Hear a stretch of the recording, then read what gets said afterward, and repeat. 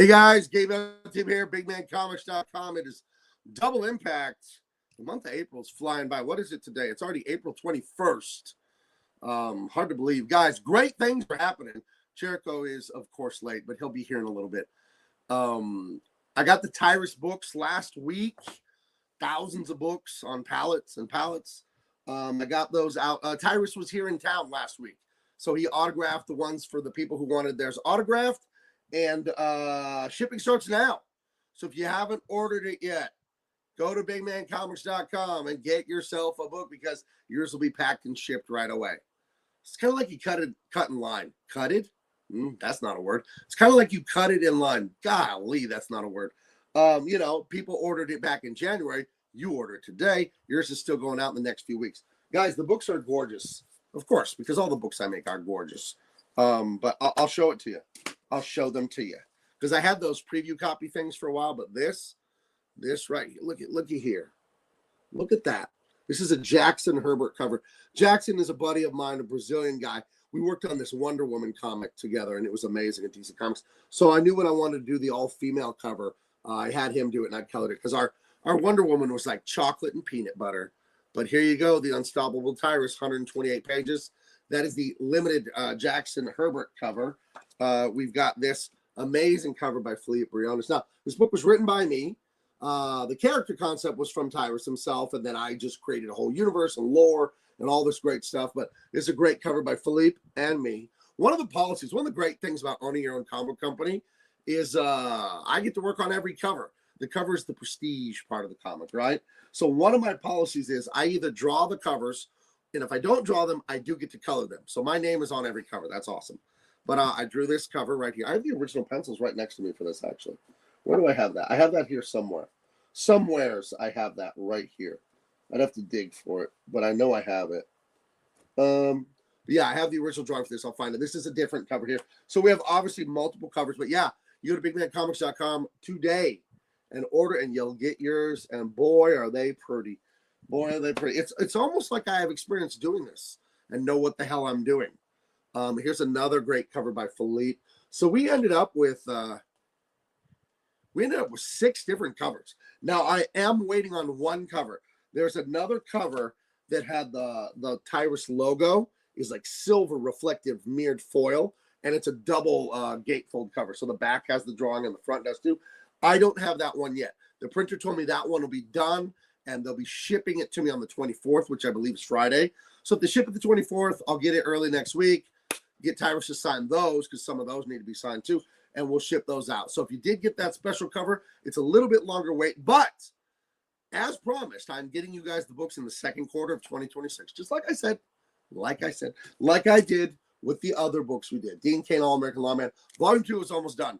I saw colors up to page 50. Volume 2 is 70 pages long. We're going to have concept art in it, some other stuff.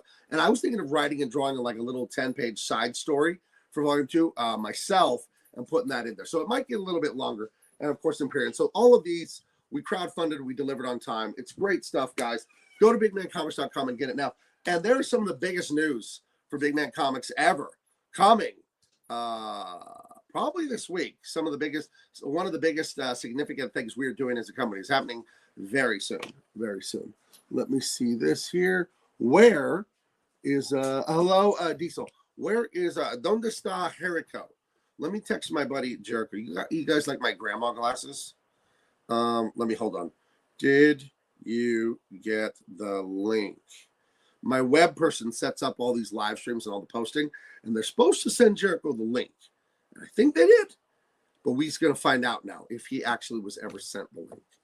So there we go. So that is what's going on with the Unstoppable TYRUS and with Big Man Comics Up Big. If you're not on the newsletter, go to bigmancomics.com, get on the newsletter, because that's where you find out stuff first. I always make sure I send the emails to the people on the newsletter before I release stuff to the general public. I like to do that just as a reward for being on my thing. I'm on newsletters. You guys are on newsletters. And it's annoying when someone emails you too much and they email you kind of nothing.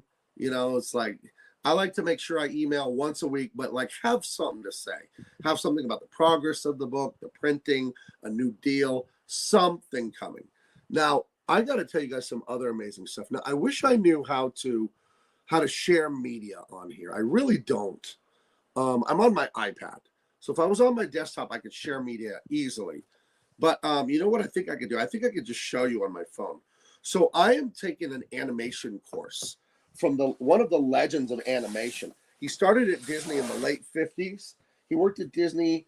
He was the head of Fox Animation when they did Anastasia and all that stuff. And he's Don Bluth. If you've ever seen Space Ace or Dragon Slayer in the video game arcade, that's Don Bluth. He's 88 years young. He lives in Scottsdale, Arizona. I've been telling you guys that I've been learning to animate. And this is the Cat in the Hat, right?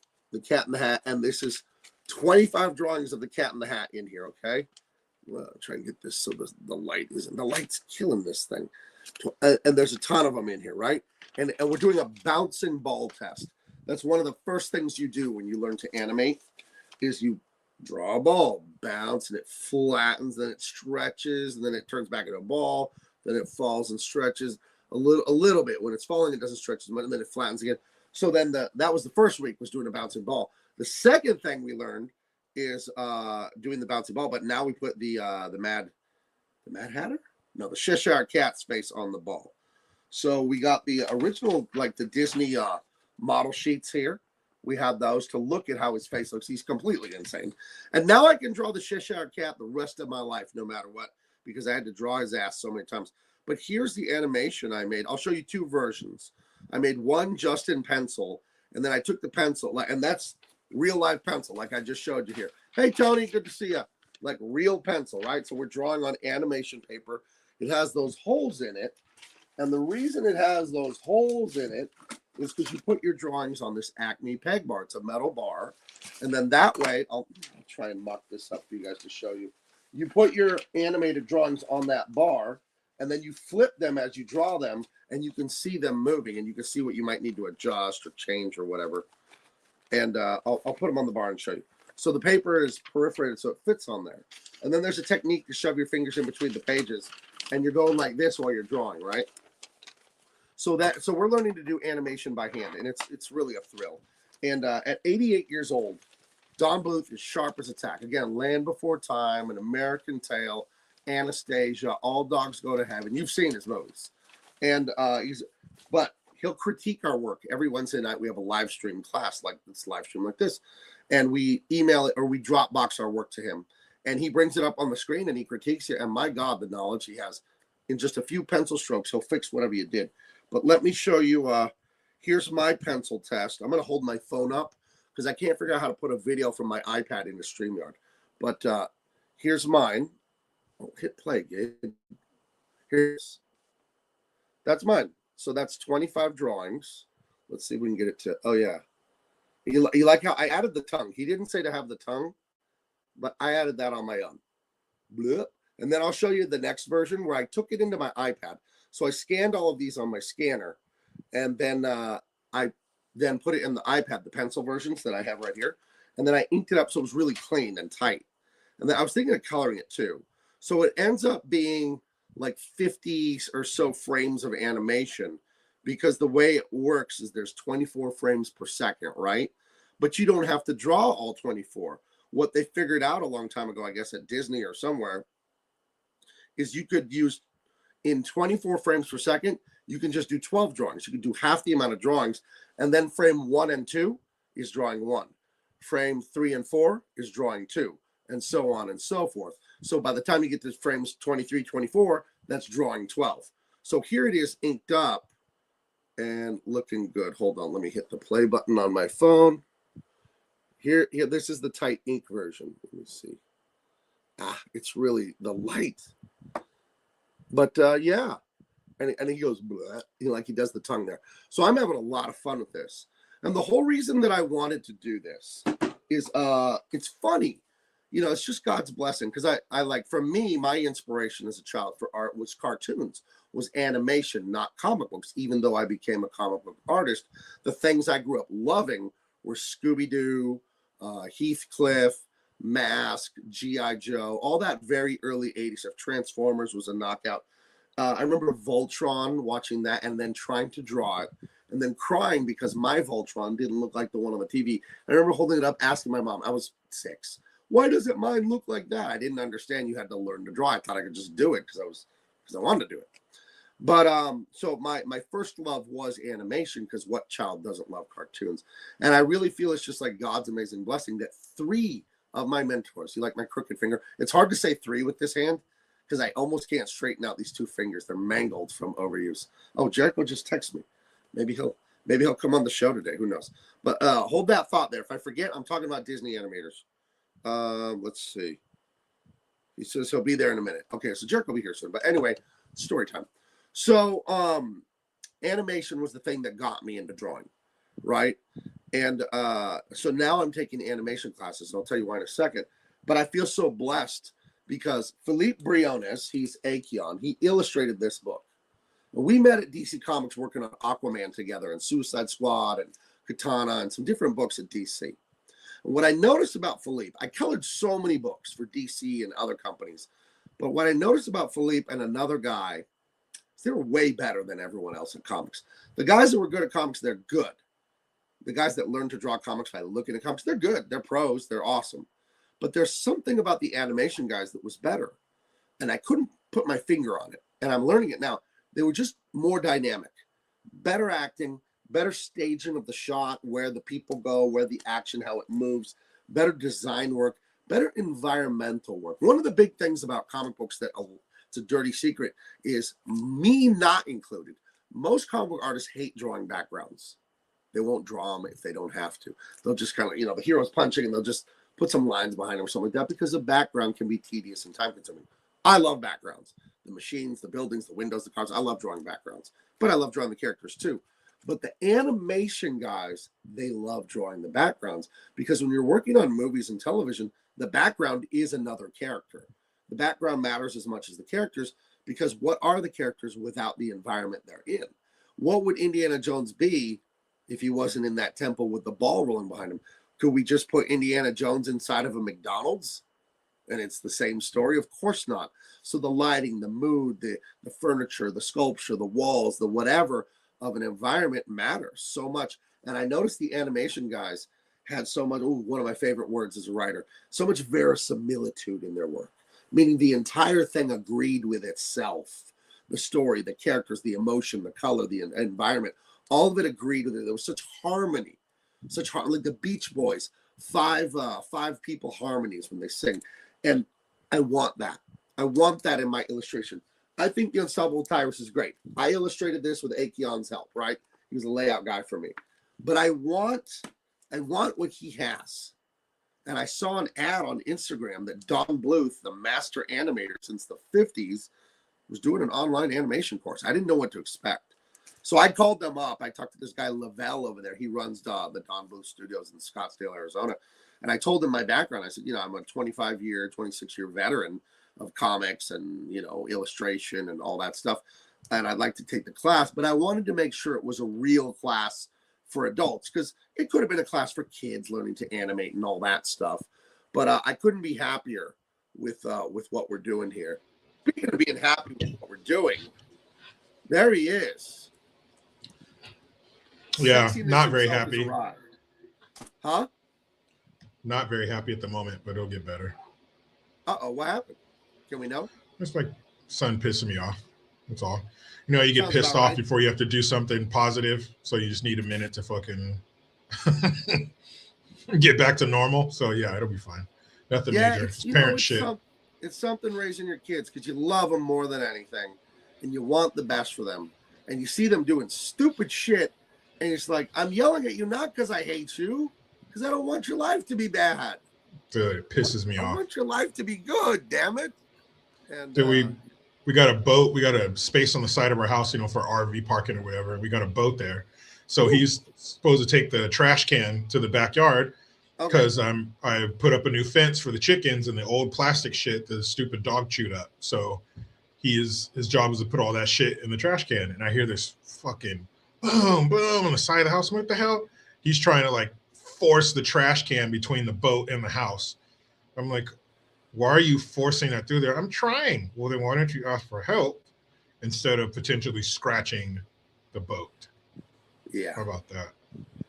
And as a Navy man, you can't stand to see a boat disrespected. Dude, not if it's an American boat. No.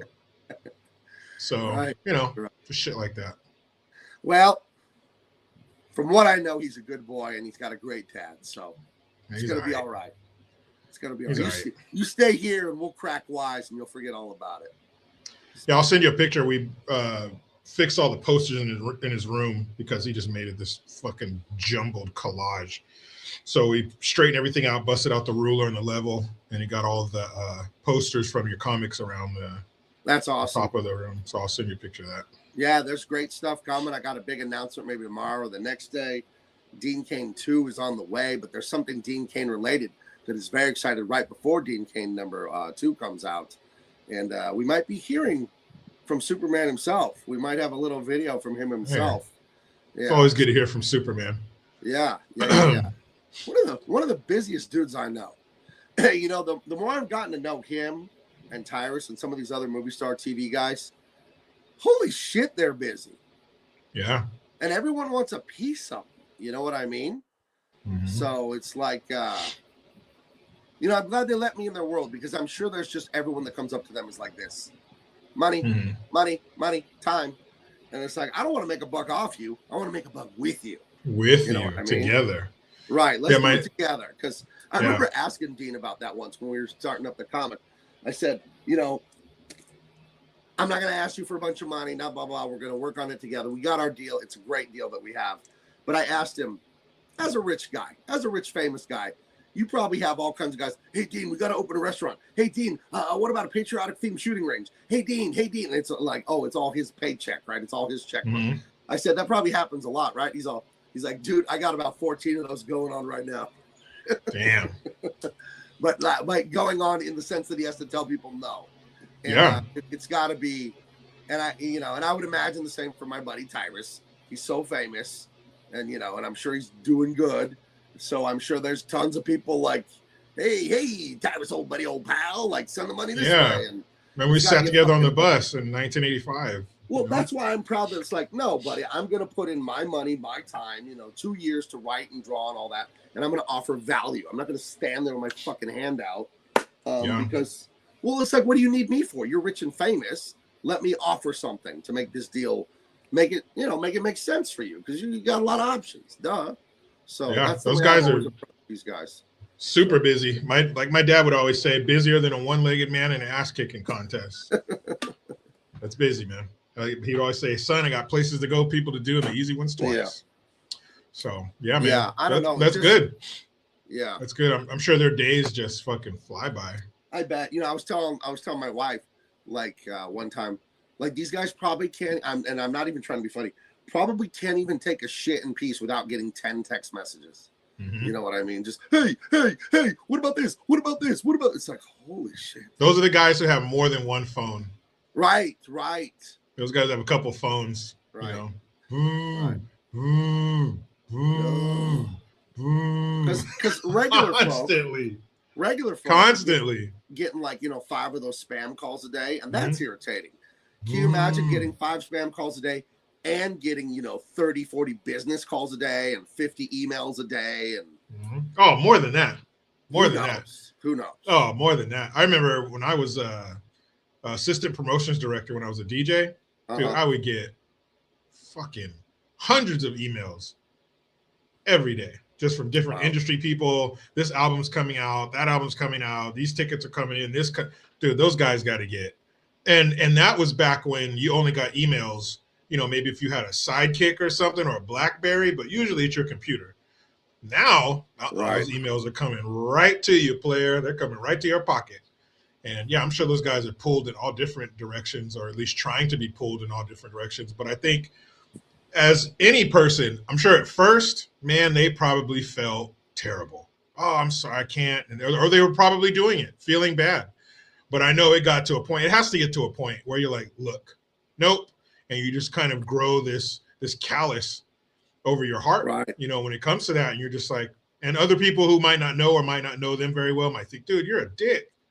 That guy, he has, face cancer or some bullshit.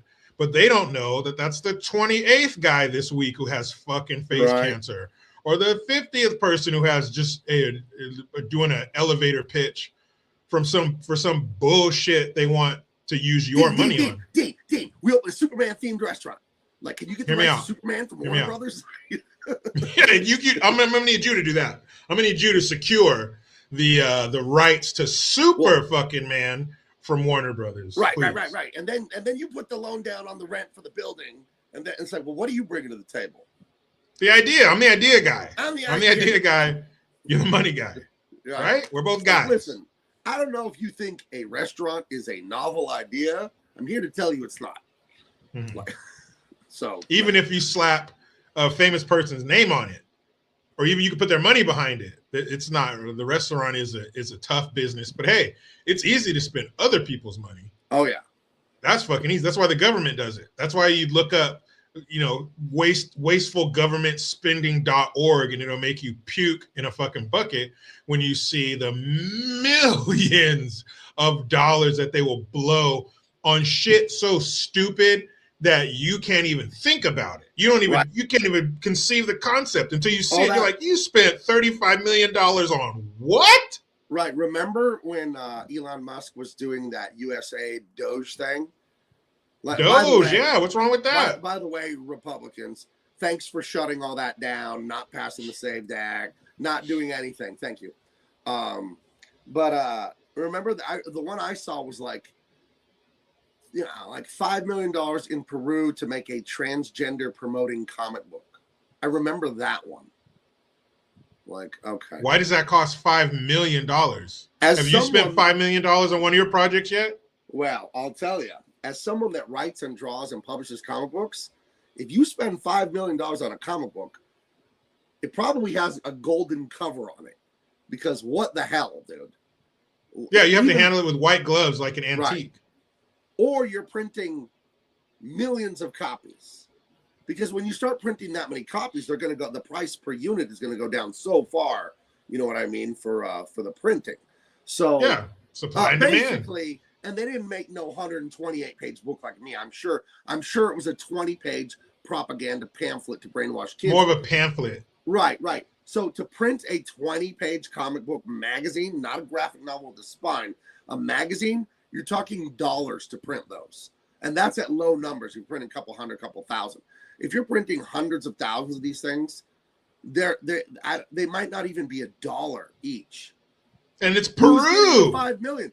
I exactly. Know the art. By the way, I happen to know the artist that illustrated that book. He didn't know it was like a fucking big old weird dumb thing like that. He just takes a lot of different work. And he ain't no millionaire, so they didn't give it to him. But even if you took the money and you made a little bullshit 20, 50 page whatever, and it's exactly what you said it was going to be, and you could go, here you go. How much of that 5 million are you using, and where is the rest of it going? You know exactly where all that USAID money was going. Right into the pockets of the leftists that run those organizations. I believe you and me can wake up in the morning and work all fucking day, pay our taxes because it's mid-April, and they just do drugs and hookers and whatever, allegedly. They just do whatever they want, vacation, own homes, yachts, first-class flying. And it's like, it's aristocracy and nobles and peasants. The more things change, the more they stay the same. Like that mode of the nobility, the landed gentry that doesn't work, doesn't get their hands dirty or wrinkled, it didn't go away. We just changed what everything's called. But it's still here.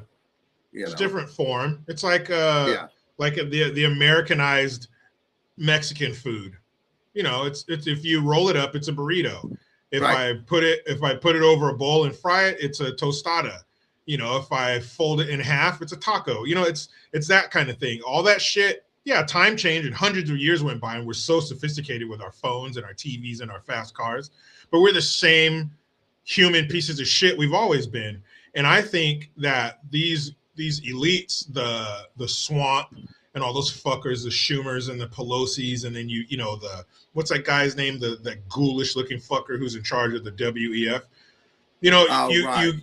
You get these people and they have all these titles and these these offices and they're on TV and these podiums and their brooches and their security and their opulent offices. They do the same sick, fucked up shit we would all do if we didn't have a conscience. They're doing dope, they're fucking and drinking and just being pieces of shit. That's what they're doing Klaus Schwab. Thanks, Nonamizer. Klaus. With say a bottomless budget. Yeah, dude, that dude, not only is he's a Nazi if they turn into a monster. Like, he's a demon Nazi. Dude, his ears, he looks like a ghoul. He looks like, he looks like Nosferatu. That's what he looks like, Nosferatu. I have to speak with the vocal fry and the German accents. Yeah, give me your plasma. And you will be happy. Give me all of the plasma in your veins. And he bites you and sucks the life out of you. Dude, I bet they adrenochrome, infant blood, all that sick, weird shit that we think is just the plot of a movie. Right. They do all of it with impunity, with you ever go to a company event, everything's paid for. You notice you'll see 50 bottles of water with a sip taken out of it, 20 different things with a bite taken out of it, all this wastefulness because it's not yours. I'm sure when you were in radio promotion, you probably went to some fancy parties with celebs or musicians. I've been to a few Hollywood premieres. You want to talk about excess. No expense spared when they're feeding you. Like waste. I remember, I've told this story before, but DC Comics will take you out during Comic-Con. They'll book fancy restaurants. And like, oh, everyone working on the Green Lantern books, we're all going to this restaurant on Tuesday, and on Justice League, let's go on to this other one. And then there's a big party for everyone at this thing. And so different nights, there's different events. I remember we went to Morton's. It was the colorist dinner. So there were 10 or 15 colorists and their plus one. And then, 5 or 6 editors. And it was Morton's, right? It's delicious, right? Steak, all the appetizers, blah, blah, blah. I don't drink alcohol, as you guys know. But everyone else does. And people started ordering drinks. And that's fine. Order a drink with your dinner. That's very normal. And DC expects to pay for that. But here's what happened. The waiter asked if anybody wanted wine. Somebody's wife wanted wine. And she liked the bottle so much. The table of about 20 people ended up going through 5 or 8 bottles of expensive fucking wine. And they're just pouring it. And I'm watching. Guzzling it. They're fucking chugging it like college students. And I'm just watching Harry Potter pay for this fucking wine. And there was a phone call the week after that Comic-Con that the talent relations vice president, Larry Gannett, talent relations, he talks to the freelance artists. He called me, but I guess he was calling everyone because his bosses said, you need to call everyone and that shit can't happen again. I told him, hey, man. Damn. You know me. I don't drink like that. I'm not drinking wine.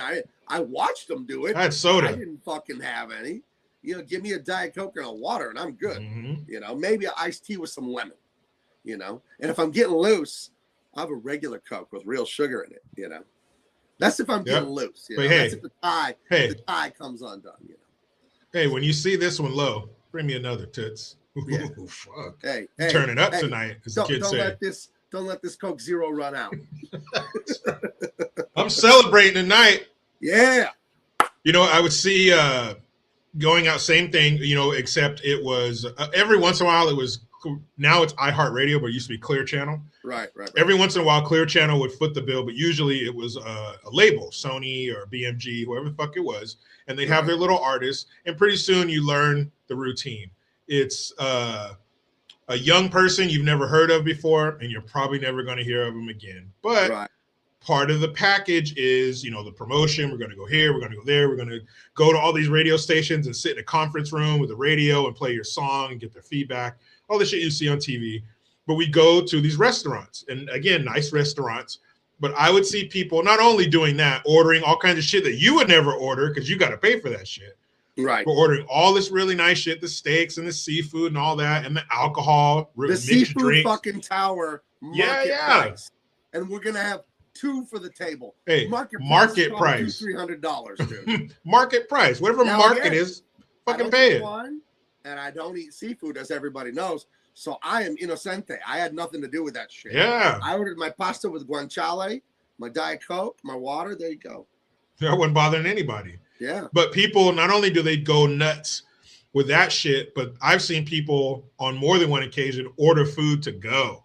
So not only you're gonna fill, you're gonna fill your fucking belly at the restaurant. I'm talking post Thanksgiving sweatpants full at the table. No. Let me get that to go to Toots. Thanks. No, that is so wrong, dude. Seen it. I remember Adam Carolla saying Jimmy Kimmel's cousin Sal, who was always on the shows and stuff, when they would go on the Man Show, like big rap parties and all that, that he would get his steak and all that, and he would order like 2 or something to take home. Dude, piece of shit. That's fucked up, dude. You should have to wear a sandwich board that says "I'm," and then on the back it says "a piece of shit," because you are like, come on, like, yeah, can they afford it? Yeah, they can afford it. They won't even notice it, but it's the principle of it. You're a piece of shit to do that. Yeah. Those were fun times, though. I was down at Seaport Village this weekend. I went to the Chuck Jones Gallery. Chuck Jones, legendary animator, you know, like Wile E. Coyote, Bugs Bunny, the Grinch Who Stole Christmas. He's one of the greatest, maybe the greatest cartoon director of all time. I don't know. But the Chuck Jones Gallery, there's like 6 of them around the nation. There's one right by where the convention center is. And there's originals there, dude. Like original pencils, and then the inked and painted cells. There was a drawing from the Grinch Who Stole Christmas, and then the production cell of the painted version. $6,000. I want that so bad. Damn. But obviously, it's a lot of money. But there was stuff, all kinds of stuff with Fred and Barney, just Tom and Jerry, all kinds of shit at this place. It was it's pretty awesome. That's awesome. But why did I bring that up? What we were talking about right before that, because it had to do with what we were saying. We were talking about people ordering too much shit and being a piece of shit and ordering stuff to take home. Oh, it was because of the dinners. I was down at Seaport awesome. Village. Seaport Village is just next door to the hotels by where the Comic-Con is. It's a little tourist trap right there south of the airport.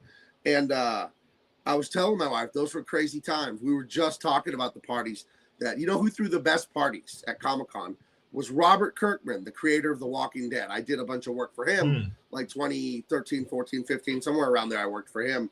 And 2014, San Diego Comic-Con was the 10th anniversary of The Walking Dead comic book, 2004. And he threw a party. And the party was a giant parking lot was rented out. There were food trucks and booze trucks and a Weezer concert for an hour and a half. Oh, that's pretty tight. It was awesome.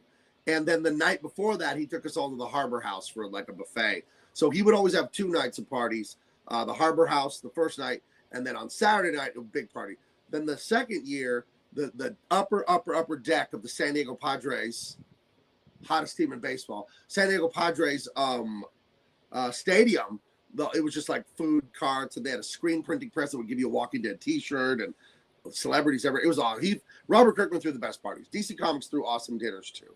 But Robert Kirkman's parties were they were legendary, you know. So that's so cool to peek in on that kind of life, you know, because there are people who live like that every day, who money's no object, whatever it is, however excessive or opulent or fucking crazy you think it is, no problem. But that's really cool to be able to peek in on that and go to a party where everything's free, alcohol, food. My son and I went to Sacramento Kings game in January. Damn, I can't believe that was January 18th. Fuck. Wow. And everything was already 4 months, right? 3 months. Dude, it's nuts, almost. And so it was a buffet, and it was like, you know, chicken wings and shrimp, and it was shrimp and grits and fries and all this stuff, and like high-end shit, not like no cafeteria food bullshit, like really good food. And they had a dessert bar that was free. They had vending machines, not the vending machines, but like the coolers with the clear doors. Everything in there, Gatorade, fucking Red Bull, Coca-Cola, Powerade, everything was free. Bottled waters. They had like the metal bottled waters with the Kings logo on it. They had a candy store where you walk in like this room. It's a candy store, and all there is barrels and bags and scoops, and you just fucking and a weird guy in a purple suit and a purple top hat. I said good day, sir. You lose. Then he had all these midgets around him, but they were naked. But anyway, so the candy store was so crazy. My son was blown away. Like I could just go in there and it's so cool to be able to do that or hang out, with rich people and just like. But remember the time like 2-3 years ago, I went to the college football all-star game at the Raiders Stadium, and I sent you all those pictures. Remember that? Mm-hmm. Yeah, that was insane. It was the same kind of thing, like in the VIP buffet. All free. I don't drink, but alcohol was free. All the soft drinks are free, and 2 buffets of upscale food. Like really good food. And then at the end of the buffet, they did have some hamburgers and hot dogs if you wanted stadium food. But they wanted to be poor. Right, but they had really good steak and pastas and meat carving steaks. They had the works there, man. Dude, one thing I do want to do, I saw this guy, I don't know who the fuck he is, some young guy, but he's a YouTuber or influencer, whatever that word is, but he goes around to all these different baseball stadiums, like 5-star, fucking treatment. Dude, he went to the Yankee Stadium, and it's like, I don't know, 20 grand or some shit for this experience, but you're talking bottom of the stadium, you're underneath the stands, fucking, it looks like a high-end cigar bar, just the couches and all that shit, the ambiance. Dude, the food is world class, like chef whoever the fuck is over here turning out high end, and it's not just stadium food. It's not hamburgers and hot dogs turned up to 1,000. It's fucking Wagyu and all the shit you find in a 5-star restaurant. I just had a super rich guy idea. So when Big Man Comics finally gets just humongous, we're making billions, movies, cartoons, all of it. I'll have my big Comic-Con parties and all that too, and I'm gonna have the party. You're gonna be there, okay? And at this party, you said celebrity chefs and really high-end food, right? At the party, we'll have 2 Iron Chefs, and they'll have a challenge. And they'll be cooking live at the party. There'll be other things to eat, but they'll make these master magnum opus dishes that'll be like the finale of what we're supposed to try by the end of it. And then we vote, and the losing chef is killed. No, I agree. Go on. If we're that rich, we can get away with anything. Yeah. And whoever wins the raffle, you get to kill him. There you go. And you'll have 5 weapons of your choice to kill him. And we're kidding, YouTube, so calm the fuck down. Yeah, we're kidding. Wink, wink. Yeah. But the food he had was absolutely amazing. You could sit like in this area and watch the game down there if you want, or if you want to go up with the commoners, you can go up there, and it's this special nice fucking area, and you got your own chef. Man, it's so fun. It was so awesome. If you could just baseball stadiums alone at this level, it's some kind of package you can buy where it's like 5-star fucking vanilla sky treatment. But man, that shit was amazing. There's some good food out there. And also at the Levi Stadium, the home of the 49ers, there are these seats that are behind the end zone, like behind the uprights. Like you're going to get hit in the face with the ball when you're not that far, but you're right there. You're going to get hit in the chin with balls? Yeah. Hey, San Francisco. But you can, like, the players will seriously run through the end zone, like in your lap. You're right there. And there are these super plush red leather seats. You got your waiter standing over there, with a white cloth over his arm, drinks, food, wherever you want. And I looked it up. And if to sit there, and I'm assuming all the accoutrement is included, like free food and all that bullshit, it's like 10 grand to get those seats. But it's the shittiest seats because you're field level. So all you can see is what's right in front of you. Yeah. Like, man, you're paying all that money for those seats, but hey, I'm sure the food is great. You're on the field. My buddy is a tattoo artist. You met him. When we had that event with Dean Cain at the pizza place, he was the big Filipino guy. Rocky. I don't know if you remember him. Not the little guy. That's Merlin. But Rocky went to the Clippers. I went to the Clippers stadium like a month ago. Holy shit. The thing's brand new. I don't know what it's called. It's some tech company, whatever.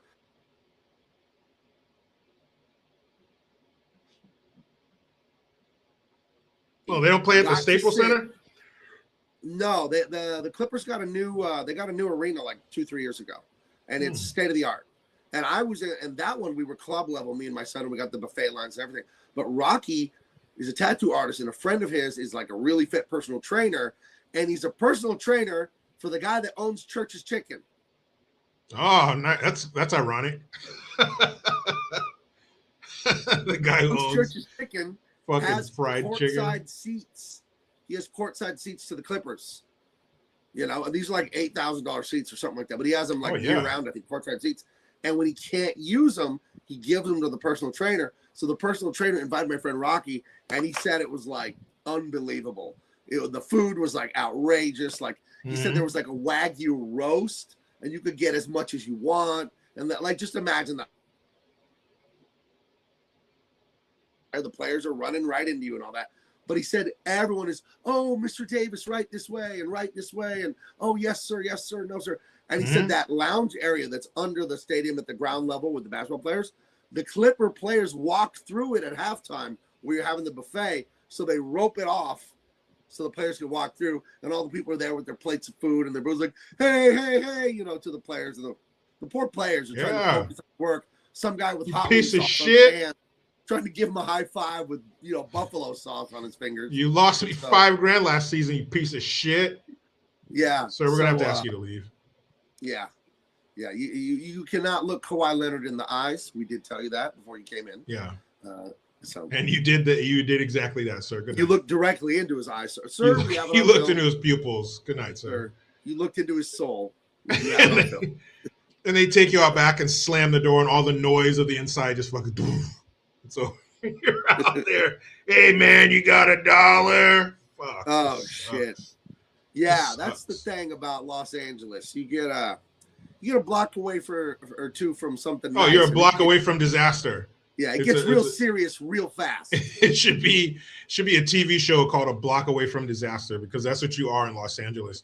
Dude, USC, fucking top of the line university, big money. Celebs, their kids go there. Big money, you go to USC. At USC, the University of Spoiled Children. That's what people call it. Yep.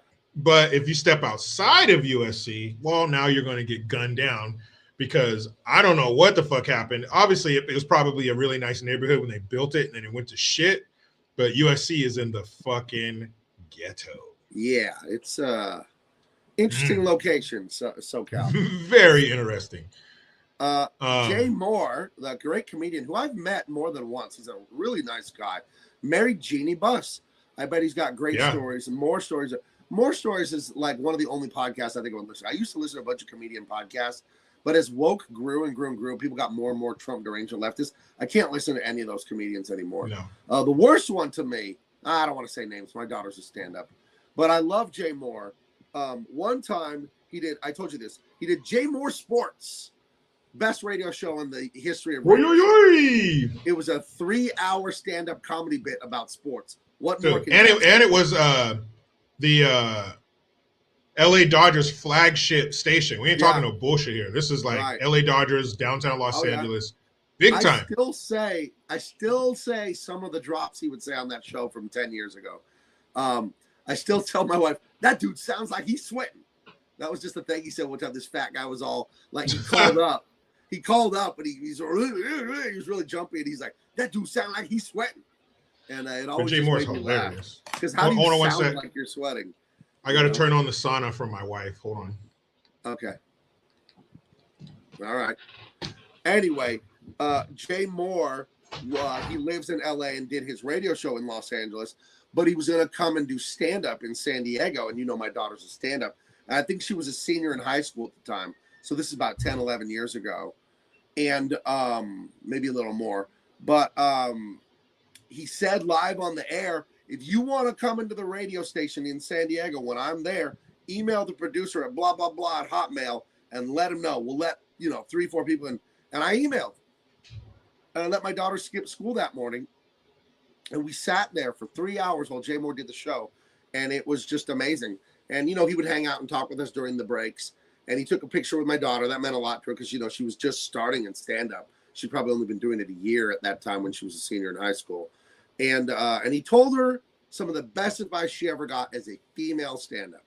He said, do not be a female stand-up. And we all know the horrible, hacky female stand-up. Oh, my God, my period.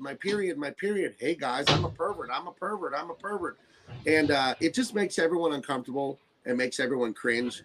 And to me, that's like the hallmark of a low-skilled female comedian, where they're just being gross. Like, I bet you didn't think I'd be disgusting. Like, no, I had a hunch you might be, and it's awful and off-putting. So, let's see. So, side note, Jeannie Buss was in Playboy.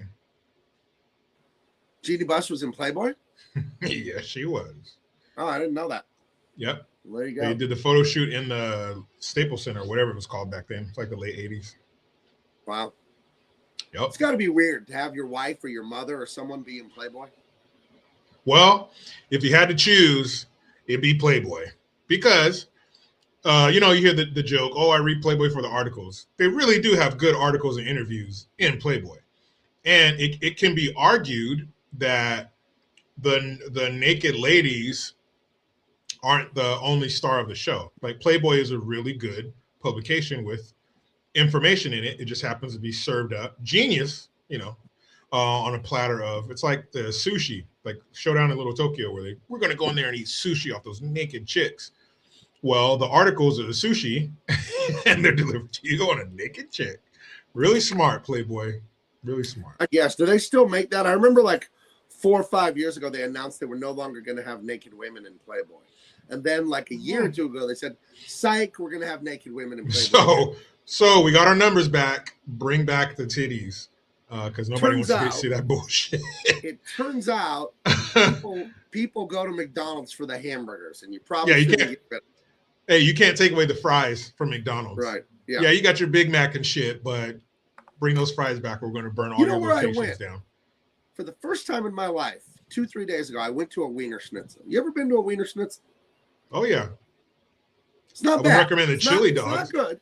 It's not good, but it's not bad. No. And it isn't expensive. So it's like, if I want a cheap hot dog that's this much better than 7-Eleven, I'll go to Der Wiener Schnitzel. Wiener Schnitzel, yeah. That's the original name of it, was Der Wiener Schnitzel. That was the original name. The hot dog Führer. There's one here in town on Convoy, the little Chinatown we have here. And I always drive by it. And I had this stupid, you have couples jokes. You and your wife have those inside jokes you've had for like 20 years, And for whatever reason, I said to my wife like 20 years ago, I've never been to a Wiener Schnitzel. And then every time I see it for like the last 20 years, I'm like, well, still never been to a Wiener Schnitzel. And for whatever reason, it's funny to the two of us. And now I've been to a Wiener Schnitzel. So and I have to say, it was fine. The chili cheese fries surprised me. They were better than I expected, But the chili, while good, was not spicy in the least. There was no burn to it, none. So that's unfortunate. No, you're not going there for any frills or thrills. You're going there to make a turd. And it's cool. Wiener Schnitzel's cool. It was fine. And there are other fast food joints I would get rid of before Schnitzel. But they tried, the original name was the hot dog Führer. And they were like, no, can't do that. So they decided to go with Wiener Schnitzel. The weird thing about a Wiener Schnitzel, that's not a hot dog. A Wiener Schnitzel is a totally different dish. But I saw a video about the origin of the place. The guy here, just really in America, liked the word. He just liked the word. So I wanted to ask you about something I know is near and dear to your heart. Tomorrow is Earth Day. And I know oh my God, duh. I know that's a big deal to you. So did you want to tell me how are you going to celebrate Earth Day tomorrow? I can't even ask that. I'm trying to ask. I'm glad you asked. I'm glad you asked that, because this is serious. I'd appreciate it if you stop laughing. So, my family and I, tomorrow for 24 hours, we're not using any paper products. So we're going to get a dish rag instead of toilet paper. And we're just going to share the dish rag and rinse it out. Okay. You rinse it off like in between? Hey, whatever happens, we'll roll with the punches on that one. Okay, so this dish rag, but then you're throwing the dish rag away after Earth Day, right? Well, Earth Day comes around every year, so we don't want to waste it. We'll just what does that? Well, now hold on. We'll launder it. And then store it for next year. You cannot have a dish rag that touched your butt crack in your house anymore, because it could end up touching a dish again. No, we're not. No, it'll be laundered, and then we'll dry it, and then we'll do that vacuum seal shit. People who pack for 9 kids on a vacation. They do. and then we'll put it away in our Earth Day bin. And then every Earth Day, we're going to break out our family dish rag and wipe our asses with it. And then instead of taking a shower and wasting all that water, we're going to take a bath. Except family we're all bath, going to use a bath together. family bath. Yeah, but I know separately, but I go first since I'm dad. So I get the clean bath water. Okay. And then it goes down, mom, oldest child, youngest child. So I feel bad for my son. Wow. But that's what the we're last doing. child is basically in gravy now. It's not even water, player. That's not even water anymore. So that's what we're doing because we're serious about it. And we're going to we'll have our family dish rag. Okay. And we're going to have our family bath because we're saving water because we care about the planet. And then so we don't waste any food, we're going to do what's called a family baby bird, where because I'm dad, I get the first chew. I chew it up, and I get some nutrients, and then I baby bird it into my wife's mouth, and then she chews and gets her nutrients, so on and so forth. Again, my son getting the short end of the stick and all this really sucks. But it'll make him a man. But it builds character. So it'll make him tough. He'll take a bath in gravy, and then he'll have gravy for dinner. Yeah, and it won't in any way. Don't worry, everybody out there in YouTube land. It won't make him a weird little pussy when he grows up. Yeah. He'll be fine. And at least he'll have a planet to grow up on. So in your face. That's right. That's right. I was going to go to the protest to save the orangutans. Yeah. You know, well, nobody's bothering the orangutans at the zoo, but we like the environmental group I'm involved in. We have preemptive protests. We go there like, hey, don't even think about it. We know you're leaving them alone, but we think you might do something later. Leave the orangutans alone if you thought of doing anything about it. So it doesn't rhyme yet. We're kind of workshopping it. We're going to try to figure out how to make it start somewhere. Yeah.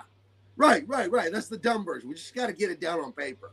So, you know. Yeah. And meanwhile, that orangutan is rubbing its genitals and eating more food than its ancestors have ever fucking seen. Right. But that's not the point. He's celebrating his body, which is part of the earth. Self-celebrating his body. It's an Earth Day celebration, you know. Mm-hmm.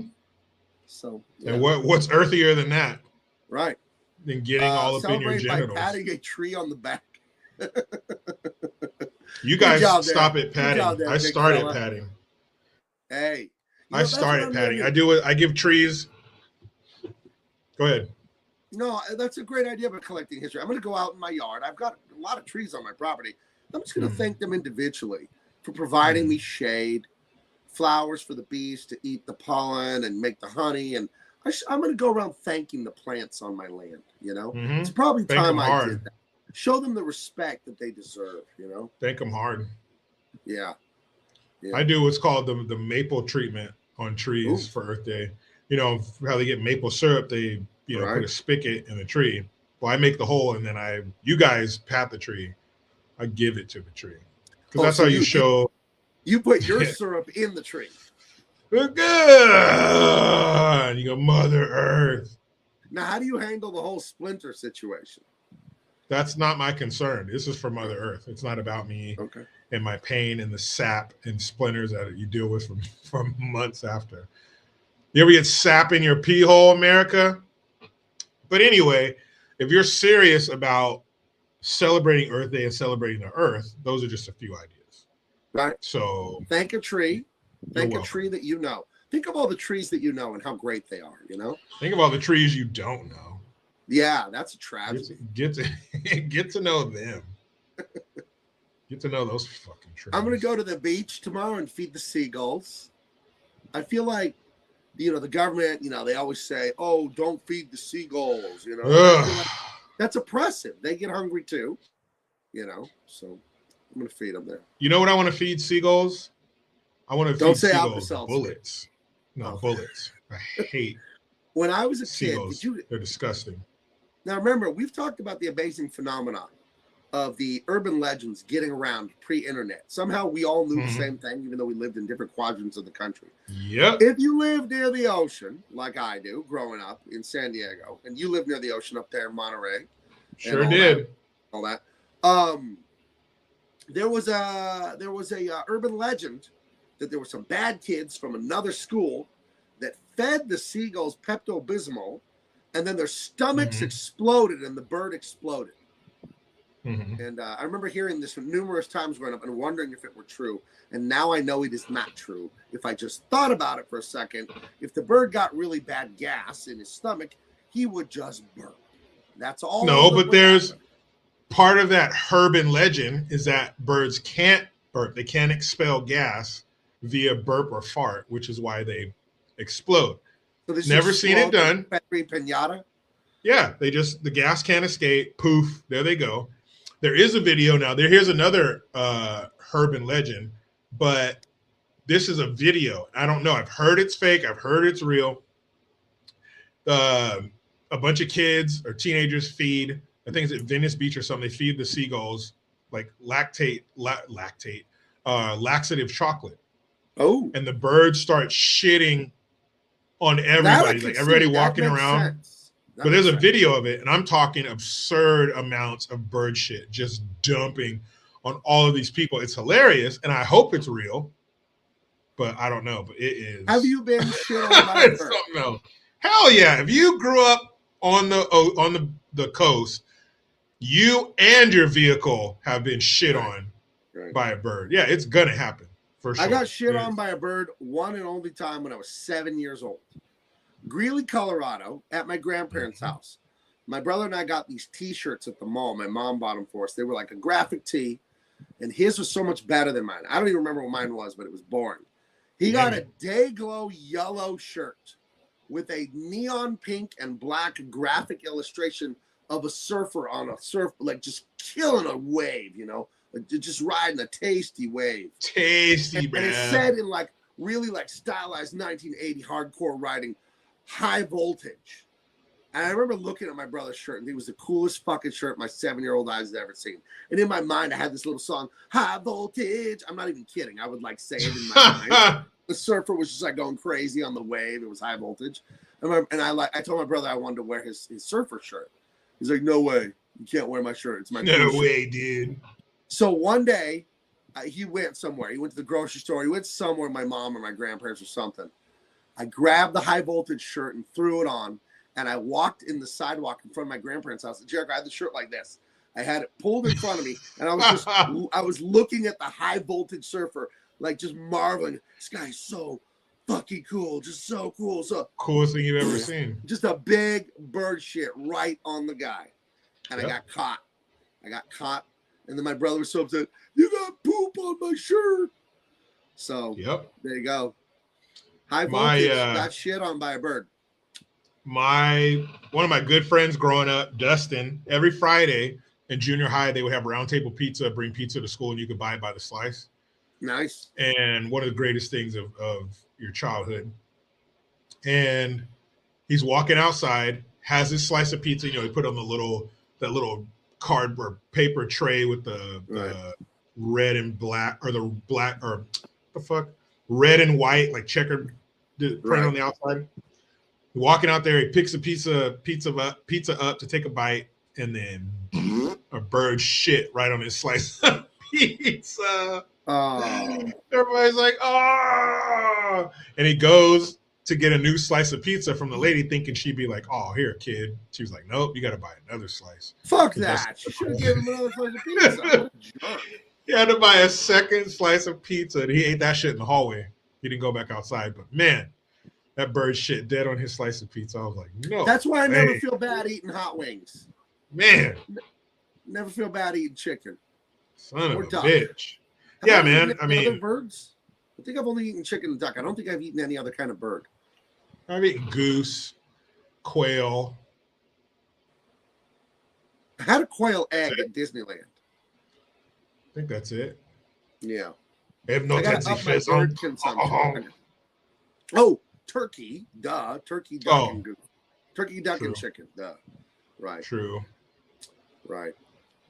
Oh, that's terrible. I remember I worked at Pizza Hut. Let's see. Hold on. Tony has an interesting theory from down under. Isn't it being bird shit on good luck, or is that only on new cars? Tony, I've never heard this. But I got great luck then. I've heard that. I've never heard that being shit on was good luck. I want to know who told you this. I don't think it's necessarily bad luck. I think it's just part of life that birds take a crap everywhere. But you ever have your car just like assaulted by birds? Like a whole flock of them dude. over your car. You come back and the car has like 50 of them on it. Dude, I've had my back window. I feel like that's a personal attack when they do that. Yeah, those are all your dead enemies. Right. I've had my back window completely covered to where I couldn't see out of it with bird shit. Because where I would park, there was a tall building right behind it where the cars would back in, and the seagulls would get on the edge and hang their ass over the edge and just and all the cars on it. And it was the best parking. Mom, watch this. It was the best parking, but your car would get fucking riddled. It was the best of times. It was the worst of times. Man. I was like, but the parking was great. So what are you going to do? That was definitely the price you had to pay. Speaking of Pizza Hut, I think I may have told you this before, but I worked at Pizza Hut in high school when I was second half of my junior year through like the first half of my senior year or something like that. And at my high school, they had Pizza Hut personal pan pizzas on Wednesday. Yeah, when they were new. They were made at the Pizza Hut I worked at. And one of the manager's job was to make like 100 personal pan pizzas. And he would do it off in this little alcove hallway away from the main kitchen. That was the only place where there was room to do it. His name was Steve. I remember I went back there, and Steve had his hat on backwards. He had all these dough, pizzas laid out. The ladle was just saucing them 1, 2, 3, 4, cheese and the pepperoni. He put like 5 pepperoni, and he was smoking. And I walked around the corner to ask him a question. Jericho, I shit you not. He takes a cigarette and he ashes it on over the pizzas. I'm like, what are you doing? He's like, he was sprinkling the ashes on the pizzas for the high school that I went to. And I'm like, what are you doing? And he's like, I don't remember exactly what he said, but he said something like, I don't give a fuck about these kids.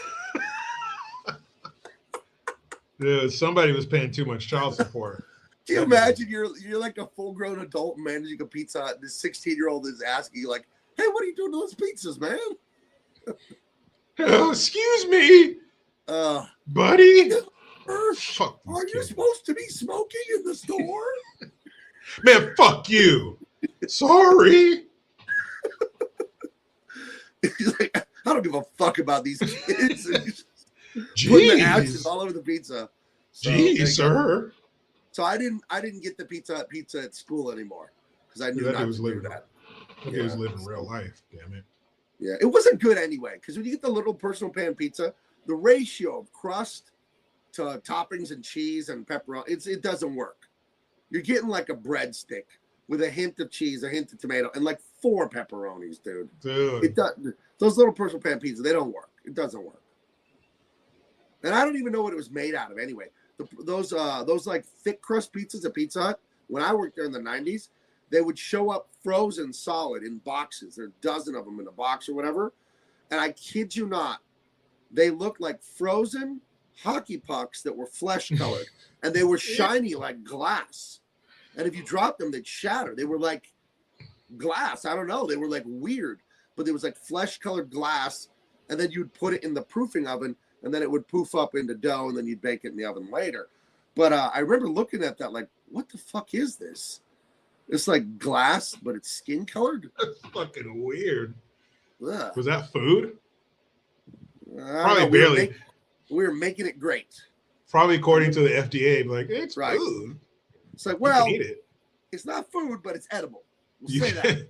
It's like Crocodile Dundee. You can live on it, but it tastes like shit. Right. I guess so, bro. It's like you won't die, so Will you die if you ingest this product? No. Can you die if you ingest this product? Yes. Thanks a lot, Dick. Well, I mean, anything's possible. I like when someone tried to obfuscate, tried to like skate around the edge. Like, yeah. I mean, well, it's legal. Possible. Yeah, that's all this legal jargon. If you say it right, there's nothing you can do. And this is our own government, people. This isn't a foreign government doing this. This is our homegrown, our own people doing us dirty. Thank you. Yeah, this in about 2 months from today, I think it was the 22nd of January when I graduated. Did you say 2 months or Jew months? What'd you say? I'll leave it up to you to decide. I know what you fucking said. 2 months from today, Right. Okay. I think it'll be 30 years for me of having graduated high school. Dang. 96, huh? Class of 96. Yeah, that was us. That was class us. of 98. Yeah. Class of 98 was way better. I mean, it was better than 97, but it wasn't better than 96. It was 2 years better than 96, but whatever. We all have our fantasies. You know, I was just talking to my daughter about prom the other night. She's 14, going into high school next year, blah, blah, blah. So here's where my wife and I come down on this. My wife went to multiple proms. My wife, she went to multiple proms. She was invited by different people. I think she went to, obviously, she went to some different schools, went to our school prom, blah, blah, blah, whatever. So she's like, oh, yeah, go to all the proms you can, you know, with your friends, all this shit. Me, I'm like, no, you go junior year and senior year. I went junior year and senior year. That's why it's special.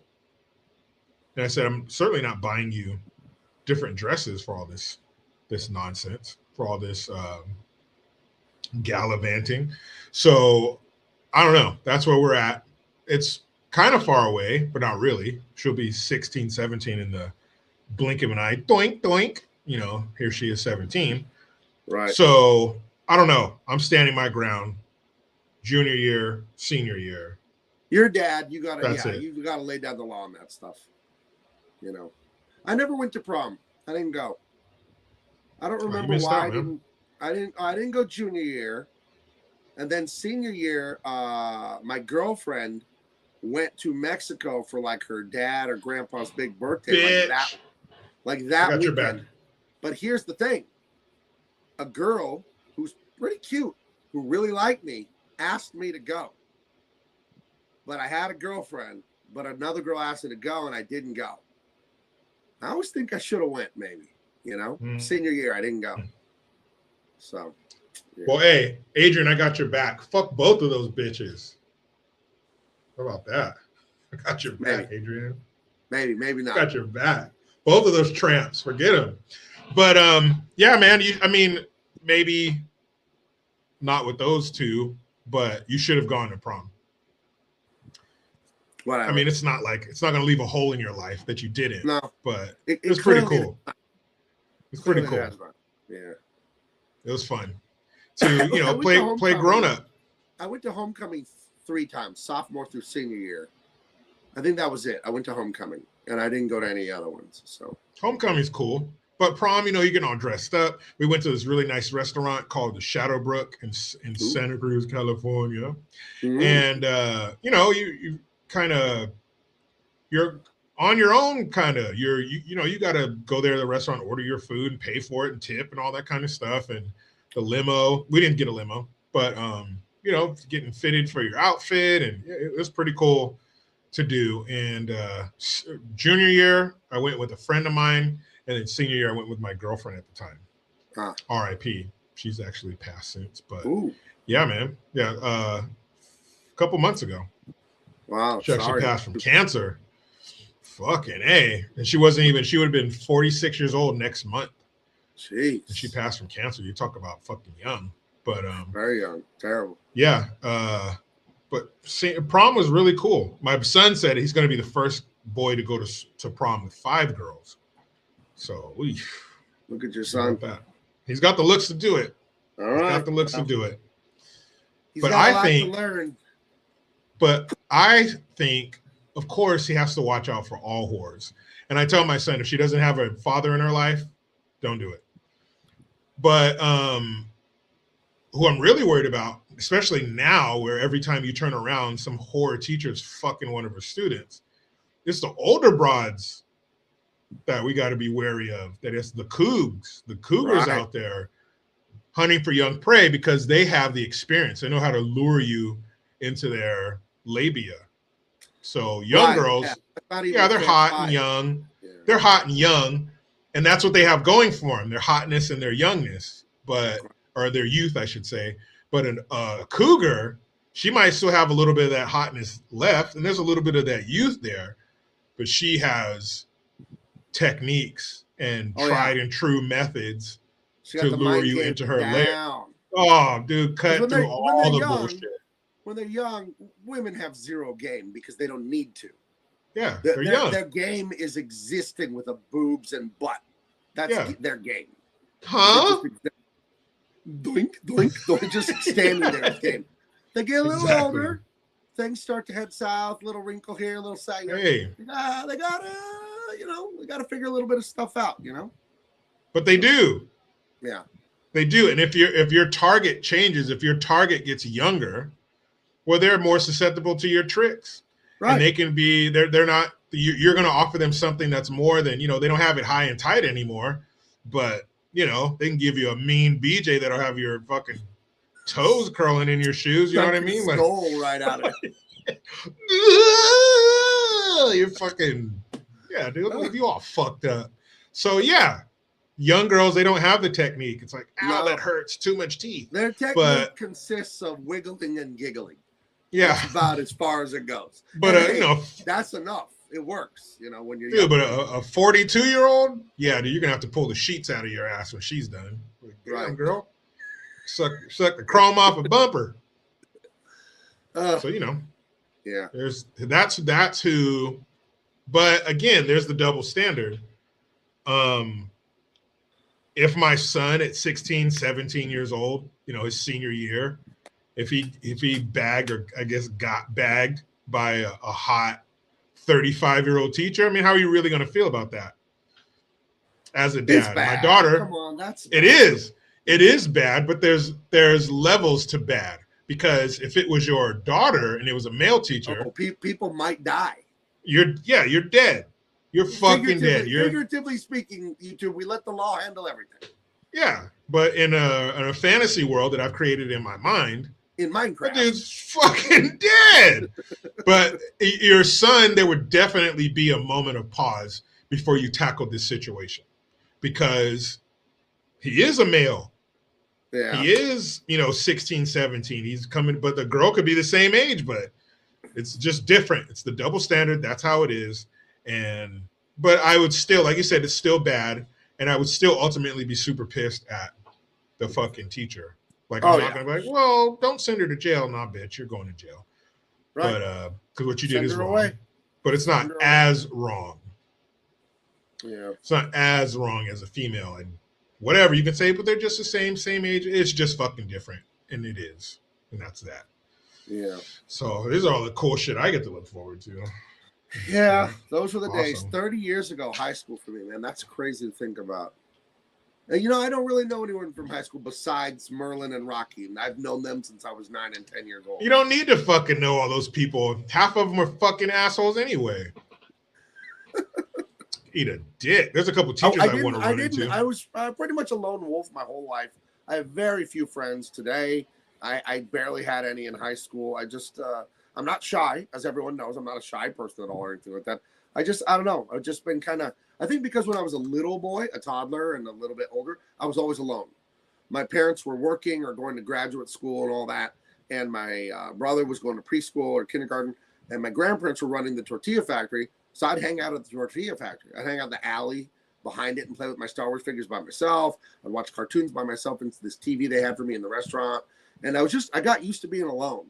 So I've spent like so much time alone, and I've been trying to have more friends and do more stuff the last few years. And really the last year I've made a point. My best buddies I was talking about from childhood, we have a new pact. We're going to go out to dinner at least once a month. We're going to try for twice a month. We're going to try and do it IRL, real life. You know what I mean? So, and I joined an online men group where we have Zoom meetings and we talk about being men and all this stuff, and trying more of that. Because I think that if you're alone too much, it's like a ball starts bouncing around in your head by itself. You know what I mean? You can drive yourself a little bit nuts if you're just alone with your thoughts always. And being a writer and an artist, you need to be alone when you work. You know what I mean? I need to focus on my drawing. I need to focus on my writing. And so I'm making a point to get out there and talk to people. And like I said before, doing this show with you and then doing the other one I do with Bill, that's mostly for myself. I hope the audience enjoys it, but this is just for me to hang out with you. That's what this is for. You know what I mean? Because I was telling my wife, I wish you lived down here. Then we could hang out and go eat and all that stuff and get all fat again, the two of us, Oh, man. So. Do it big, for real. Holy shit. No, I have a buddy of mine. He's starting poker night. Okay, that's awesome. So do it. First, I got to learn how to play poker. But, yeah, he's going to have a poker night at his place. And he's a Niner fan too, so it'll be cool during football season to talk about that too. Right. But yeah, it's important to be about around men, and I can't remember who was I talking to about this the other day. I can't remember, but we were talking about how men can't really be men when there's a child. Oh, it was our neighbors across the street was her 30th birthday, and my wife she had something else going on. My daughter was at her friend's house, so it was me and my son and I, and the party started at 6. Right. And kids were allowed from 6 to 7, including their own kids. Their daughter or their daughters were there till 7 o'clock, and at 7 o'clock they were going with their aunt, and that's that. And it's at 7 o'clock sharp, she goes, "Hey," she's like, "Are you guys going?" And I was like, "Oh yeah, I'm sending him home right now." And her daughter was walking out the door with her little backpack packed for overnight. So yeah, it was time to go. Right. But as my son, I was telling, he's like, but people were drinking because there were adults who had drinks there and stuff, and some people were smoking cigarettes. It's kind of in the corner, like a designated smoking area, but people were drinking and smoking cigarettes. And he's like, "Why couldn't I just stay?" Because it was right across the street. So I got him situated, fed him, got him, showered and all that. And I went back across the street until like 8:30 or something. And I came back home. He was like, "Well, how come I couldn't go back with you?" I said, "Because that's adult time." But people were smoking cigarettes and drinking when I was there earlier. I said, "I know, but there comes a time where adults just want to be around other adults and have adult conversations. And you can't fully relax and be yourself if you're a decent human being around kids. It goes for language, activities. You're not going to be dropping all kinds of F-bombs. And some people do, and I'm not with that. I change my language around anybody's kid, not just mine. I don't cuss in front of kids. You don't want your little kids saying all these horrible words. No, I don't listen to certain music around my kids. My kids don't watch certain things. There just has to be a limit. There has to be lines and borders and barriers around adults and around kids too. There's certain things just kids need to be doing, but adults, I would try to explain to him that, you can't be yourself and fully relax if there are kids around, because there's a sense of responsibility. You have to watch them and shit like that. And same thing for women. If you're with your boys and his wife walks in, you can hear the record scratch. My brother calls women the fun police. Yeah. Like, what's that in there? Good time. Woo, woo. And it's not even the American siren. It's a British, the European sounding fucking siren. Yeah. With their weird ambulances and fire trucks. That shit's weird. So Europe. Hey, Europe. And all the colonial countries of Europe, like Australia, everyone with that. Would you switch to our siren? Our siren is so much better. Way better. Cool.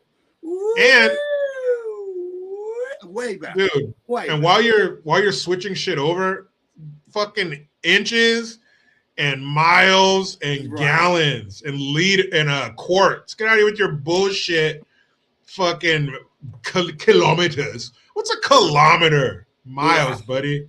Miles. Get with it. Europe. Get your shit together. Lame as hell. Yeah, so lame. You're fucking lame, Europe. But when women, when they come in the room, it changes shit. You can, and same with them. If your wife is having her book club, or my wife, she's in a bunco group, and so they trade off. It goes around. Everybody has to host a bunco. And when my wife hosts bunco, I make sure my kids and I are gone. Either I take my son with me somewhere, we go to a movie or go to dinner or something. My daughter goes to her friend's house.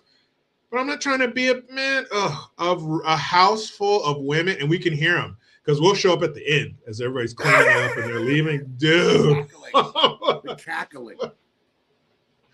And they're all talking at the same time at 5 different tables. It is just pure insanity. You'll have a group of women, 5, 8, 10 women.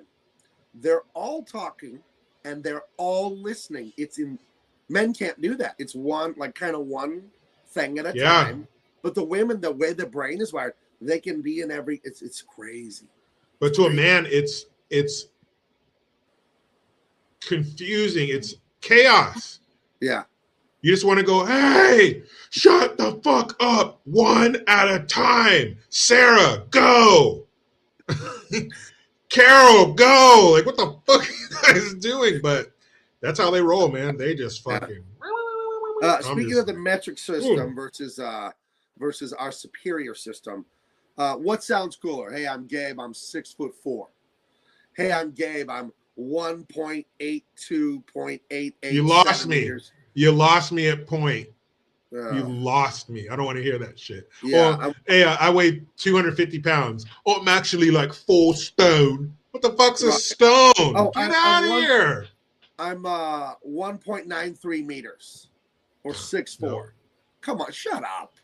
1.93 meters. Shut the fuck up. Hey, and change your fucking breakfast too. Oh, I'm 1.93 meters tall. No, fuck that. England, you guys are eating eggs and bacon, going by inches and fucking miles and pounds. Right. That's it. Right. America said it. Now fucking do it. Because we said it.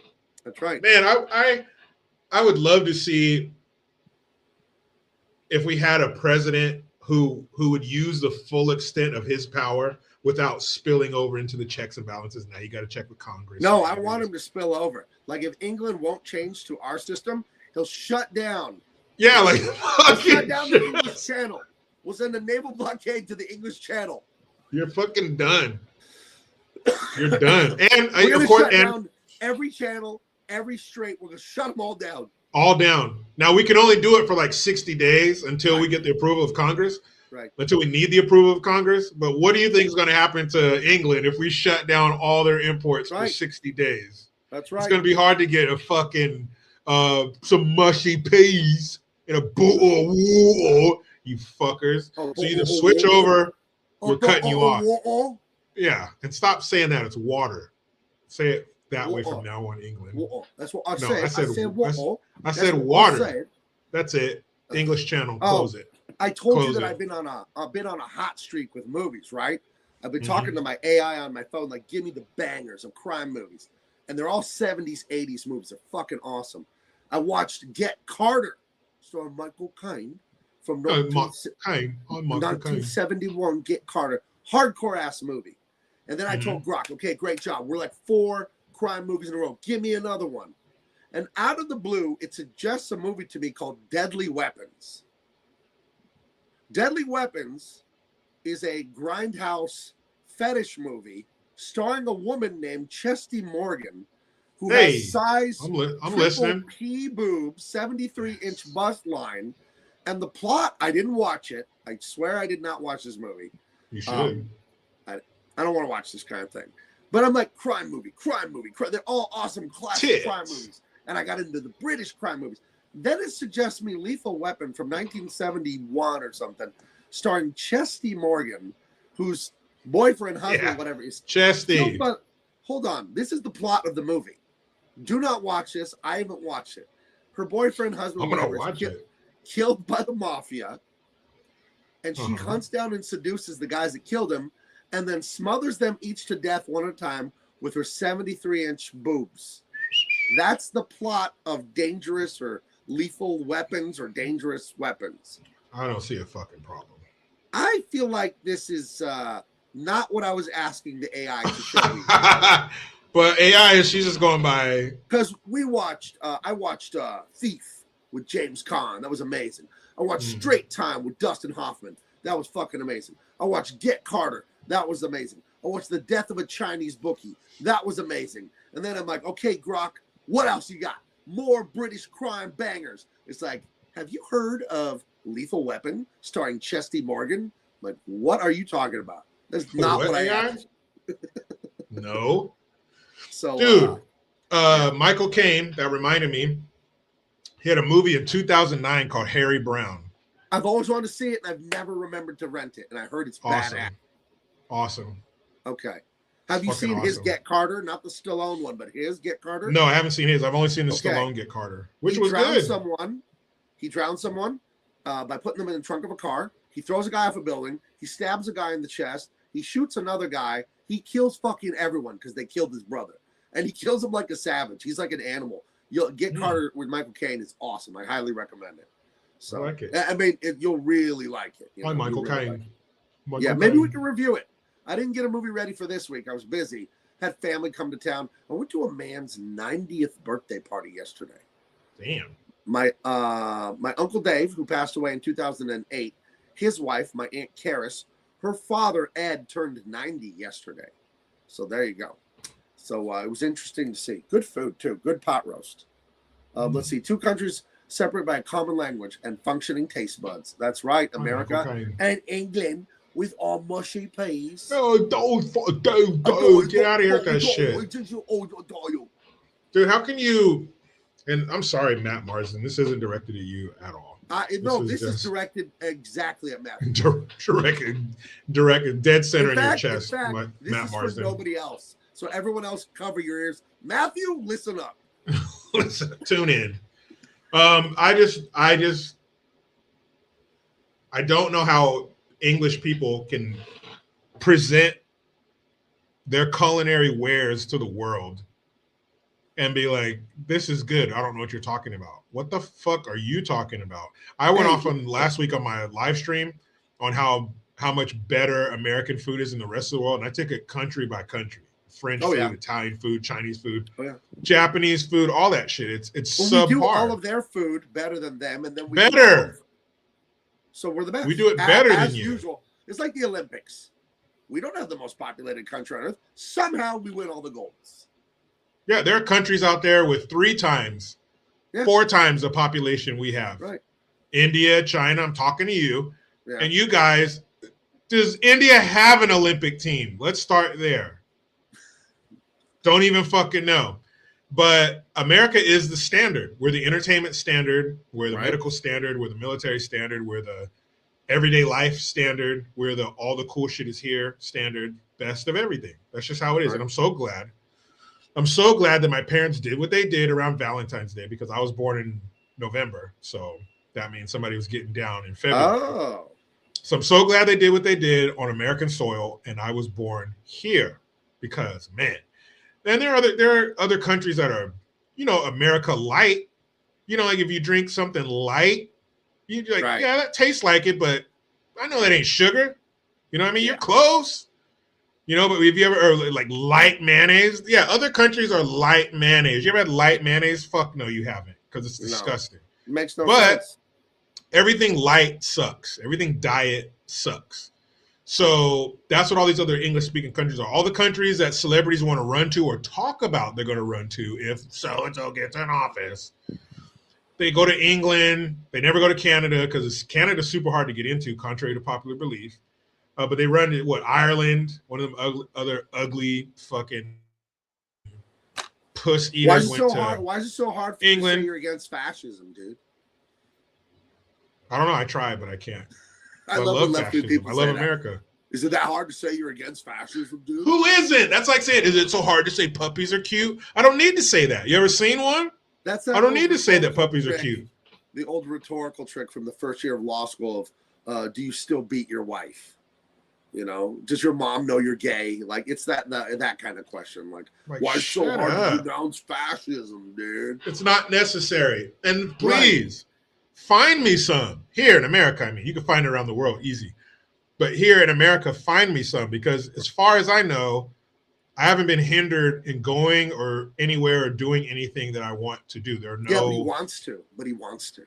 But hey, my people in hell want ice water. We all want shit. We all want stuff, but you can't always have what you want. That's just what they call that, adulthood. Right. So yeah, tough shit. Tough titty, said the kitty. He might want to, but it's not going to happen. And I haven't been stopped. You can't go here. You can't buy stuff here. You can't. It doesn't happen. Right. And because somebody wants to, that don't mean shit. So what? My son wants to stay up till 10 o'clock at night because he's 10 now. Awesome. I'm not going to be like, you know what? Since you want to, hey, throw that broccoli in the trash. You said you wanted chocolate chip cookies, right? Yeah, bring the boy cake. Bring the boy cake.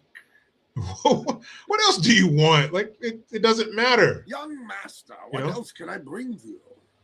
And now with the bad guy. I'm not even gonna say his name because like I'm not even gonna give him power like The that. Orange Man. But yeah, but like Cheeto Face. Now he's in his second term. So all the things you say he wants to do, why didn't he do it in his first term? Because he's gonna suspend the election, make himself president for life, and he's gonna do it maybe in his third or fourth term. You wait. But he doesn't have to because he's a king. Because what's the protest? The no what day? I can't remember. It escapes me. Hey, can you imagine if he didn't protest? What would have happened?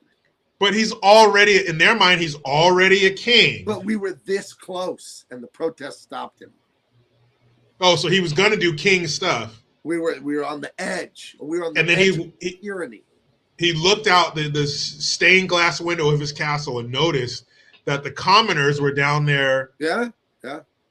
Protesting against him. We backed him off. We backed him off, dude. That's power to the people. That's power. Gabe, I don't mean to be a contrarian. I really don't. I do. But if he were, or I should say, find me a king who allows people within his kingdom to talk shit about him. Not just stop doing bad stuff, but you are a pervert. You are a ped. You are all these races. You're all these horrible things. Yeah. What king would stand for his subjects? You're under, if you look under my thumb, you're going to find my subjects. So why would I let you? I don't understand. Because that's the power of the people, dude.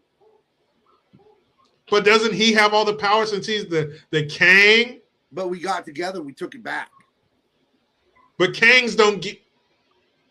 He's afraid of us. He's like all bullies. You stand up to him, they're afraid. So if your kids, when they were teenagers, were outside of your bedroom door. Yeah. I want more fucking allowance. Let me drive your car, you piece of shit. Mom, you're this. Dad, you fucking mother. Like, would you and your wife cower in your bedroom and say, give them what they want? Well, I think if you're going to take my keys, gentle parenting, you got to meet your kids where they're at, man. Get down on their level. We'll powwow on it, dude. We'll sit around and have a talk. Like, hey, I hear you. Sounds like you're really upset with the way this is organized. Maybe you're bringing up some good points. Maybe me and mom, even though we do all the work and make all the money, maybe you guys do need more. I got to look at it. You don't want these oppressive power structures in your own household. There it is. Oppression. That's what we're trying to do. These fucking retards trying to raise kids. They're trying to be their kids' fucking They do! Gabe, I've seen a woman lay on the floor next to her child in the grocery store and rub his back while he was having a tantrum. She laid next to him on the floor. These fuckers are having kids. And that was like 15 years ago. That kid's like 18 or 19 now. What kind of adult is he? Are you kidding me? If I did that, if I threw myself, and this is all fantasy because I never even came close to doing this, but if I threw myself on the floor in the grocery store in front of my mom, I don't know. I see her taking her shoe off. Maybe she was wearing a belt. Like, she's certainly not going to lay next to me, but you're going to get something. Yeah, something's going to happen, but it's not going to be, it's okay, sweetheart. Dude, she's rubbing. It's okay. You're having a good day. It's okay. You were doing so great. Like, later, I swear to you, laying on the ground next to this kid, rubbing his back, like talking him off the ledge. Ugh. Bro, you're getting stomped out, you little turd. Go ahead. Oh, no, then speaking of go ahead. Speaking of kids getting what they deserve, this is actually an accident, but it was fucking hilarious. My friend was being all animated, talking and shit, and he swung his hands back, and this little 5-year-old kid was walking up behind him, and he fucking knocked the kid's glasses off his face. Oh, fucking glasses went flying. But the little kid, he didn't cry. He's a tough little boy. He wanted to, but he knocked the shit out of that kid. It was so funny. But I wish he would have went over and done that to that lady when she was laying on the floor like a fucking dumbass, showing that boy that he's in charge. Right. Ugh. Yeah, these whining crybabies with their protests. I am of the opinion, I think I've said this on the show before, I think protesting is one of the stupidest things people do. I believe it should be legal, freedom of speech. Yeah, I don't think protesting ever has or ever will change anything. And in fact, I think protesting is always funded by your George Soros, USAID types, not to get anything done, but to manufacture consent. The fake protesting is so we don't have real protesting. You follow? So everyone will go, oh, look at the news. That's what most people think. I guess I won't get mad when the government does X because most people agree with it, even though most people don't agree with it. And the agreeers are paid to agree. I think that's what most protesting is manufactured consent. I do love this. And here's proof of it. None the Miser's quote right there. Reminder, King Charles, his stamp is on all Canadian currency and his mug is on the $20 bill. And the people in Canada and in Britain are protesting no kings when they quite literally have a king. So, like, what's the Guinness Book of World Records record for the most vasectomies and hysterectomies done at one time? I don't know. Because I think if we can get like Doctors Without Borders or something, we can get like 10, 20,000 OBGYNs and whatever a male doctor or a doctor's called that snips your balls. If we can just get them out here or out there and kind of like food trucks, just have these big horseshoes set up. Yeah, yeah. And if we can get these people snipped and clipped and scooped out like a fucking pumpkin before you make a jack-o'-lantern out of it, I think that would be, at least we can get something positive out of this. They'll do it for free French fries or a Krispy Kreme like they did the Vax too. So. Remember when Mayor de Blasio of New York was sitting there choking down those French fries? He was eating those French fries like Mayor Fry was eating that Somalian food in fucking Minneapolis. When they stick he was like, you guys in their mouth. Dude, get a utensil. Since we're telling England to get their shit together, this for all you countries where you eat with your fucking hands. First of all, get off the floor, sit at a table, and use some utensils. Why are you shoving? I've heard that. Now, my father is Arab, and in their tradition, they eat with their hands. He doesn't. My father uses utensils because he's not stupid. But I've seen the people from those cultures where they eat with their fingers try to compare it to hamburgers and hot wings. Except for the part when I eat a slice of pizza, I don't eat it like this. Yeah, I'll stick my hand in the back of my throat. Gravy-covered rice. And then savages. The juice from between my fingers. What on earth are you doing? That's so If you do that in an American restaurant, everybody in the restaurant is going to turn around and look at you like the piece of shit you are. It's disgusting. Ew. And yes, when you eat a hot wing or a barbecue rib, you may get some sauce on your finger, but you're trying to hold the bone. But if you get hot wing sauce on your finger, you don't suck it off. You wipe your finger with a napkin. We have napkins. Why do you think they give you the wet napkin? What do you think it's for? Jeez. Dude, they give you, there's some places that have a roll of paper towels at the table because they want you to use them. Here's the thing, man. You're going in that bowl of curry or whatever, and it's all over your finger. You're sucking it off. That's gross.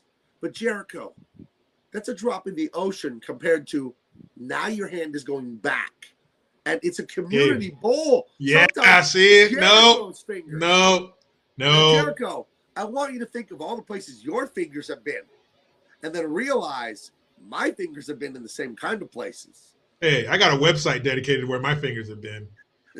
You don't fucking want that. I have a Wikipedia entry about where my fingers have been. Dude, that would be the quickest meal of my life because I'm going in for the first grab and then I'm fucking done eating. Because if you think I'm going back into that trough, that public trough of hand goo, the next time you come to my house, I'm just gonna serve a bowl of goulash and rice. I'm gonna take a scoop with my fingers. Come on, eat. Don't be rude. Mind you. Hey, I'm half Arab. I thought we should do it my people's way. Dude. You know? I'll make sure I eat before I go to your house. Set of utensils, and it's always knife, fork, spoon in my dad's house. Yeah, because he's not with your fingers in there. Because he's not a sauvage. Dude, fuck that. That is so nasty. Yeah, the part that gets me is the sucking the sauce out of the crevices. Dude. No. If you eat like that, when you eat like that in your country, you're probably a country we've bombed before. You are, you're in the the Stone Age. Are you ew, and fucking ew. One time, when do you come down on chopsticks at the Asian restaurant where they don't give you American silverware? Do you ask for the fork and the spoon, or do you try and use the chopsticks? No, dude. When in Rome, I'll use chopsticks, and for my son, I'll get him to do the little rubber band thing they do on the end because he can't use them yet. If you graded me on chopsticks, I would probably get a C or a B. I can get my food. I'm not great with them. I don't eat with them that often. A couple times a year, 5-6 times a year. But I don't ask for a fork or a spoon anymore. Like the last 10 years, I'm like, I can wing it with these. I can eat rice with the chopsticks, which you would think would be hard. You're eating something this small with 2 sticks, but I figured it out eventually. So I can do it. And it's a Chinese restaurant. That's why I'm going in there. If I don't like chopsticks, I shouldn't go to a Chinese restaurant. Right. That's fine. Yeah. But little kids, that's cool. But there is an air of asshole if you're in an Asian restaurant and you're eating with a fork. But it's whatever. That's fine. But no, man, it was an episode of Bizarre Foods, and he went somewhere in Africa. Dude, they had this fucking sausage where they stuff it into some it was formerly the home. It was formerly the home for the animals' shit. Right? They like clean it out lightly over some running stream. And so they pack the sausage in there. And they have this little thing that they hang it over. And they leave it out in the sun for 3 days. And then you go back and eat that shit. And he's like eating it like, oh no, dude. There's no fucking way. Some foods are just disgusting. And if you're going to compare that, if that's your version of a sausage and I'm bringing some Johnsonvilles to the table, get the fuck out of here with your shit sausage, with your 3-day sun-dried fucking salmonella sausage. Gross. The one from I don't know if it was Iceland or Finland, somewhere up there, those frozen white people. And they would take shark, chunk it up, and then let it ferment. And then next season when winter was over, they'd uncover it from wherever the fuck they buried it. It was salt. Yeah. And then it would stink up the whole room, but they're just sitting there just Dude, get the fuck out of here. Food should not make smelling your food should not make you dry heave. Right. Yeah, it's like a whale's head or a seal's head or something. And they bury it, and then when they take it out, the best part is the gelatinous fucking rotted nose of an elk or whatever the fuck it is. Dude, take your disgusting shit famine food, wrap it up. Let's put you all in a rocket, the same one that Jeff Bezos sent his wife and those other bitches up into space with, and we're just gonna fucking hurl you into space, and that's it. That's where you're gonna fucking whatever happens in space is gonna happen to you because you can't play down here. You're disgusting. Right. And if anyone out there tries to say we're being racist because sucking on the fingers, talk about white people, Shark. And I'm talking about the British with their boiled eel and mushy peas. Yeah, come on, Britain. That's against the Geneva Convention, if you ask me. Boiled eel? What are you doing? Mm-mm. You know how much mucus eels make? It's so disgusting. You're gross. Oh, see, and you know what? Weiser knows about it. That shark thing's called lutefisk. Right. Yeah, it's like ammonia. It is almost clear because it fucking the ammonia in it fucks it up. It's gross. Ammonia. For those who don't know, that is the smell of urine. The nice aroma of urine is ammonia. Yeah, it smells like ammonia. And every country has its struggle food, but in America, struggle food is delicious. That's where we get soul food from. Yeah. And last week we're talking about what? The sugar pie. There's soda pie. Even Depression era shit is good. Man, get out of here with your gross ass fucking hot country poor bullshit. Hey Jericho, what if we took this fish we caught and we let it go rotten and then we ate it 3 months and then we eat it? Wait, what? But the American guy, he wants to roll it in cornmeal and put it in hot oil. But you want to bury it for 3 months? Okay. Yeah. Well, it gets the stink. It really lets the stink out. When the stink. Yeah. That's what I was missing. Hey, world. In America, we have cheddar cheese, and over there they have something called Roquefort cheese that smells like if you took your gym socks and stuffed it in a pile of dog shit. That's what that cheese smells like. So which one do you want? There's a cheese in Mexico, I believe, that has live maggots. Yes. No, but that's better than a slice of American cheese on a grilled cheese sandwich because they're more culture. That's better. Yeah. You can also get, is it chipones or something? That's, I think, grasshoppers. You can have like a grasshopper taco. I didn't try it. That's way better than a carne asada taco, right? I think the grossest thing I saw, Anthony Bourdain was in Mexico, and he got an omelet. And, you know, I'm already dubious about eggs. I eat them, but only for the nutritional value. Eggs kind of gross me out. But I get them down because it's one of the best things you can eat for your health. He had an omelet, not with ants in it, but with the little white eggs of ants all mixed in it. Dude. Come on. Come on. Dude, there's a drink, I think it's in Peru, where the women chew on this root or something, and then they spit into a bucket. Yeah, that was, I saw that on Bourdain too. It was corn. They chew up corn and spit it in their big 50-gallon blue plastic buckets, and it's called pulque. And it's like a mucusy pink alcohol. So, I'll just have a beer. I'll go up to America and have a cold beer. I'm gonna have that Diet Coke I was telling you about earlier. I'm gonna have another one. Do you drink that cold? How do you drink that fucking mouth liquor? Well, let's think about it. I feel like you got to drink it warm, right? The spit's coming out of the woman at body temperature, and then fermentation is warm, right? So it must have to cool it off, like. But you're drinking cold spit liquor. Ew!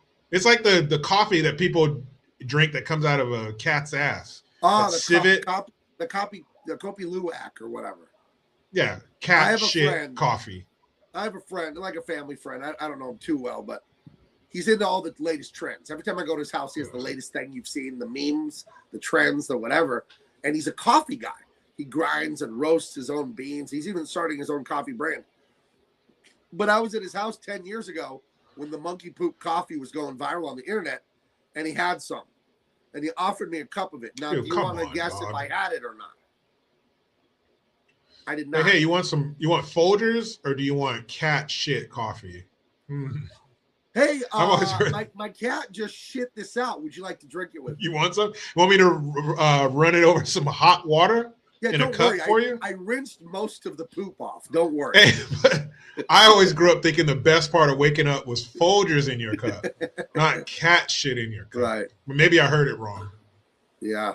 Dude, the rest of the world just has it wrong. There, I said it. The rest of the world is backwards and antiquated and fucked up, and you need to catch up to America. The world needs to be America.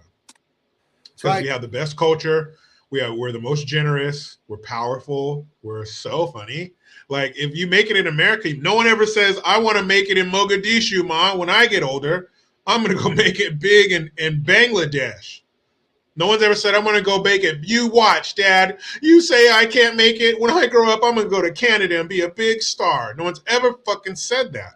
Because all the other countries in the world suck. But Jericho, my grandma's from. I don't give a shit. She's from there, but she's here now, ain't she? Right. Yeah. Ask her why she's here. Hey, Graham. Yeah. Hey, Grand. Why did you leave?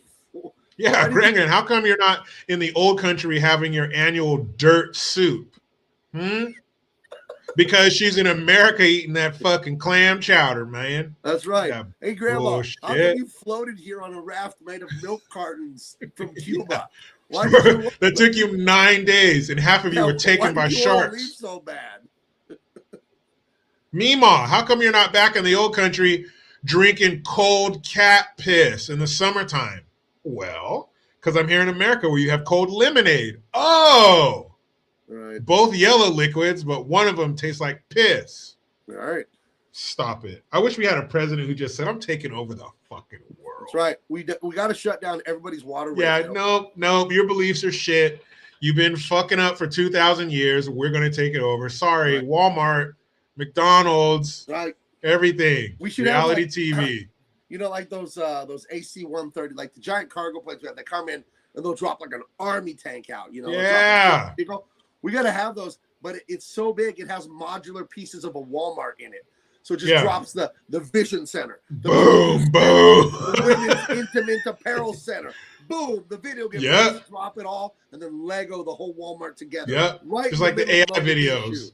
Right in the middle of Mogadishu. All of that. And they're like, you know, all that stupid shit they say. Yeah. Let me see you in a year. Next thing you know, you're all 350 pounds in Mark carts, and you're happy because you have all the shit you need. You're not starving anymore. No one's taken by tigers. You're not losing. Look, in this picture, this uncle got eaten by a tiger. That cousin, that shit don't happen here. Tiger, if there's a tiger in America, if it's not in a cage, it's going to get killed. Right. That's how we fucking do it here in America. We'll make clothes out of you. We'll make the only tiger we a have meal. The only tiger we got is a one on a box of cereal or one way past his prime in golf who likes to bang waitresses at restaurants. And drive drunk. Our tigers are either have fucking high fructose corn syrup or fucking Oxycontin. They're right. That's what we got. We got the Tiger King. Now that I'm formally a fat guy and not a fat guy anymore, and I lost a ton of weight, you too, I can't believe I used to sit there and eat bowls of cereal. The brainwashing we grew up with that is okay to eat a bowl of sugar. That's not a regular bowl, not a regular size bowl. Oh, the fucking serving suggestion. Yeah, talk to me. Ants, by the way. Talk to me, Goose. Oh, nobody eats this much cereal. No, if you're a pussy, you do that much cereal. If you're a puss, dude. I had my bowl at home, and it wasn't no little soup bowl. It was like it wasn't a salad bowl, but it wasn't a popcorn bowl. It was the Mother Bear's bowl from Goldilocks. Right. Wasn't too small, wasn't too big, but it was just right. And that was my bowl for everything. My cereal, I could put like a half a box of cereal. Now tell the truth. In that bowl. In your glory days of being a fat fuck, I'll tell you, when I was a fat fuck, I could eat an entire box of Captain Crunch Crunch Berries, no problem. No problem. A whole box, all 16 ounces or whatever. It don't matter. Like that. That was about four dad-sized bowls, probably a half gallon of milk. What on earth was I thinking? Hey, what's next? What's next? Because that was just the worst part is you eat that much. You eat 1,700 calories of Captain Crunch, and you're hungry 20 minutes later. Yeah. You don't eat like a bitch. You know what? One time, dude, this was awesome. It was bad for me, of course, but it was fucking awesome. You gotta be cuckoo to eat that much Cocoa Puffs.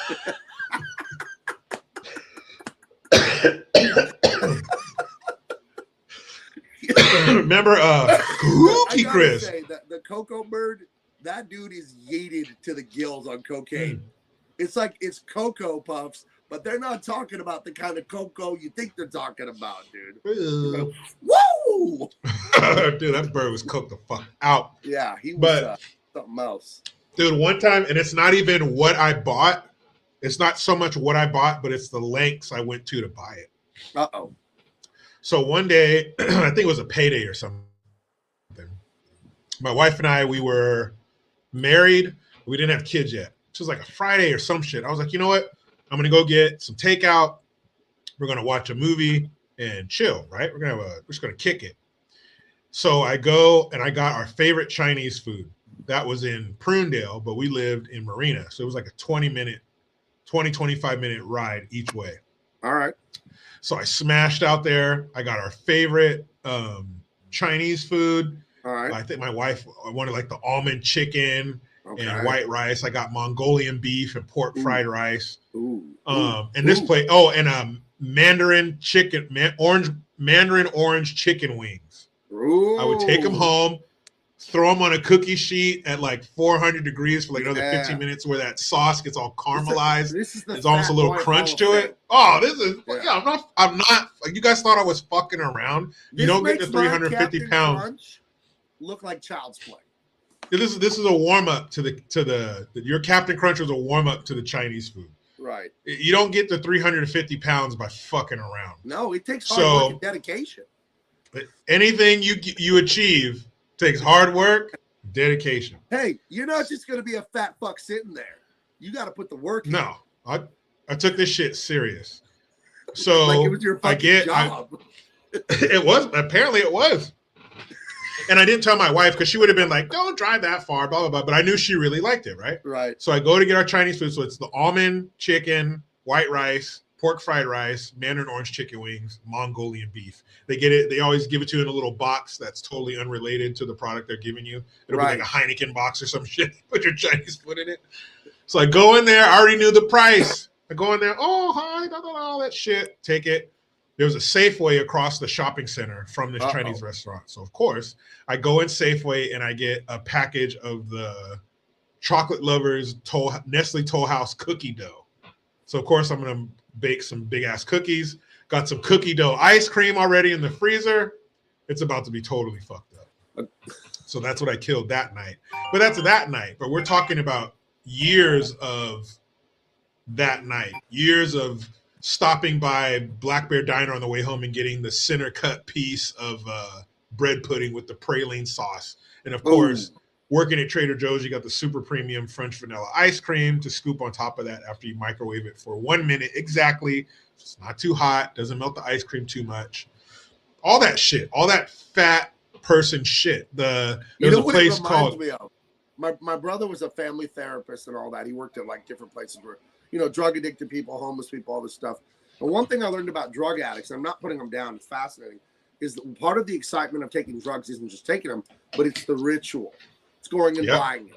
It's setting up the needle or rolling the joint or doing the thing or cutting the coke and all the ritual and getting ready. And that's like the foreplay and the lingerie and the candle. It's like leading up to the big moment.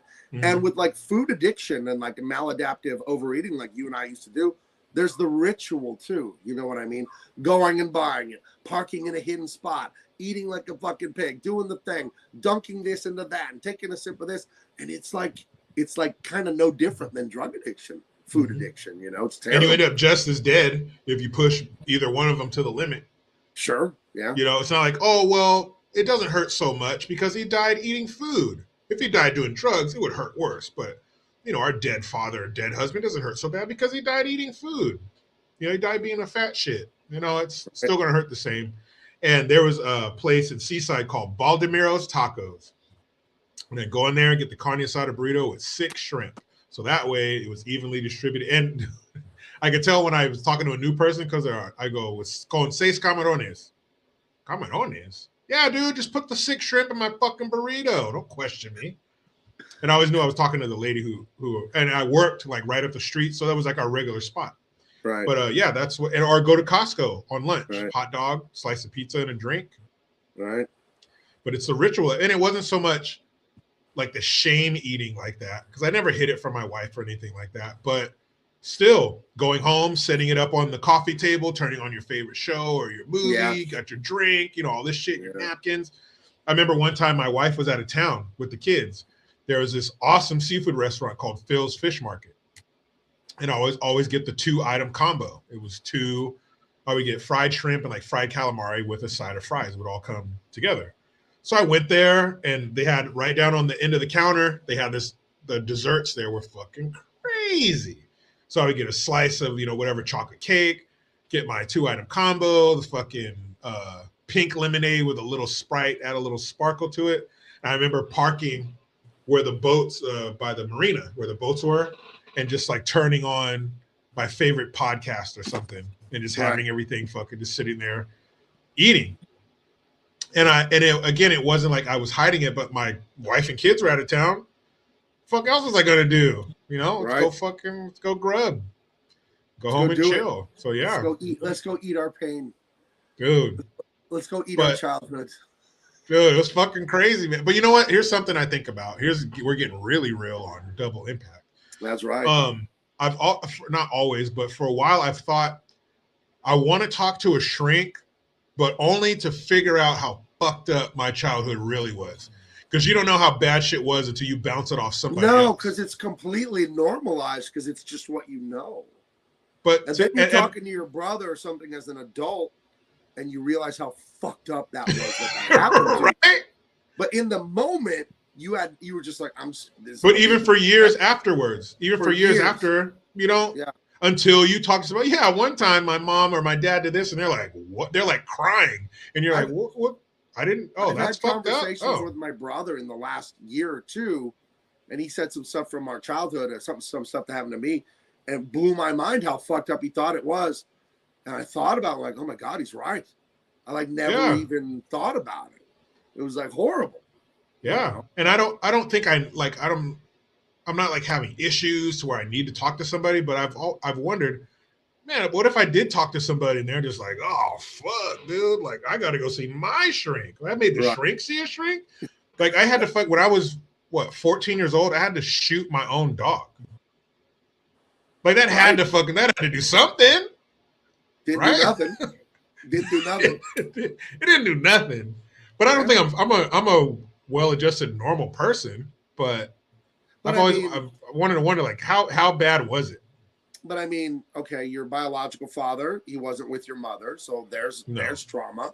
Then your loving, wonderful stepfather, who was your father, he dies young on you. He was 15, 16. That doesn't do nothing, dude.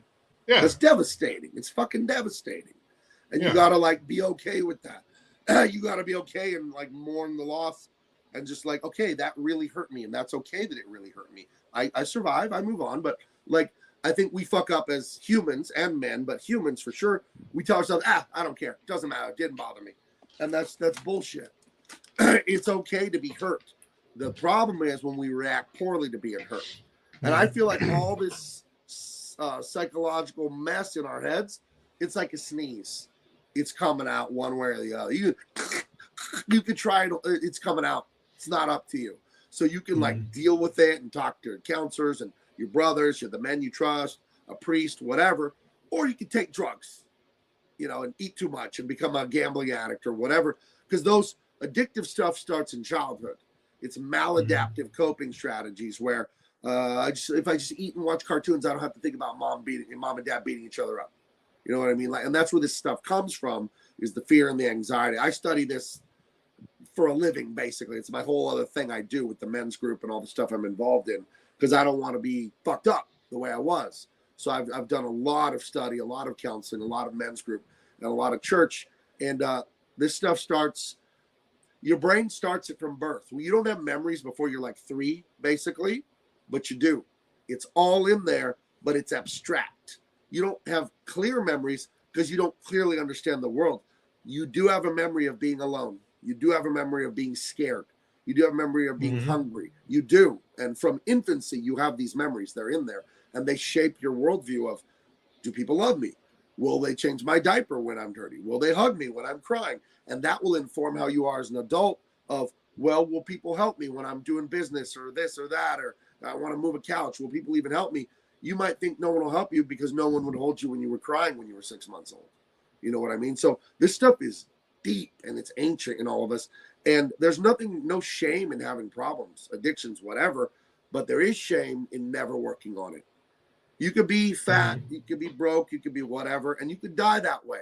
But if you were working on it, there's glory in that. There's honor. You could die in the battle, but just keep battling. You know what I mean? You can win the battle, you can lose the battle, but just don't quit. That's how I look at it, So what do I know? I ain't a therapist.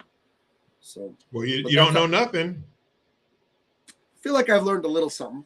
I've had a pretty interesting life.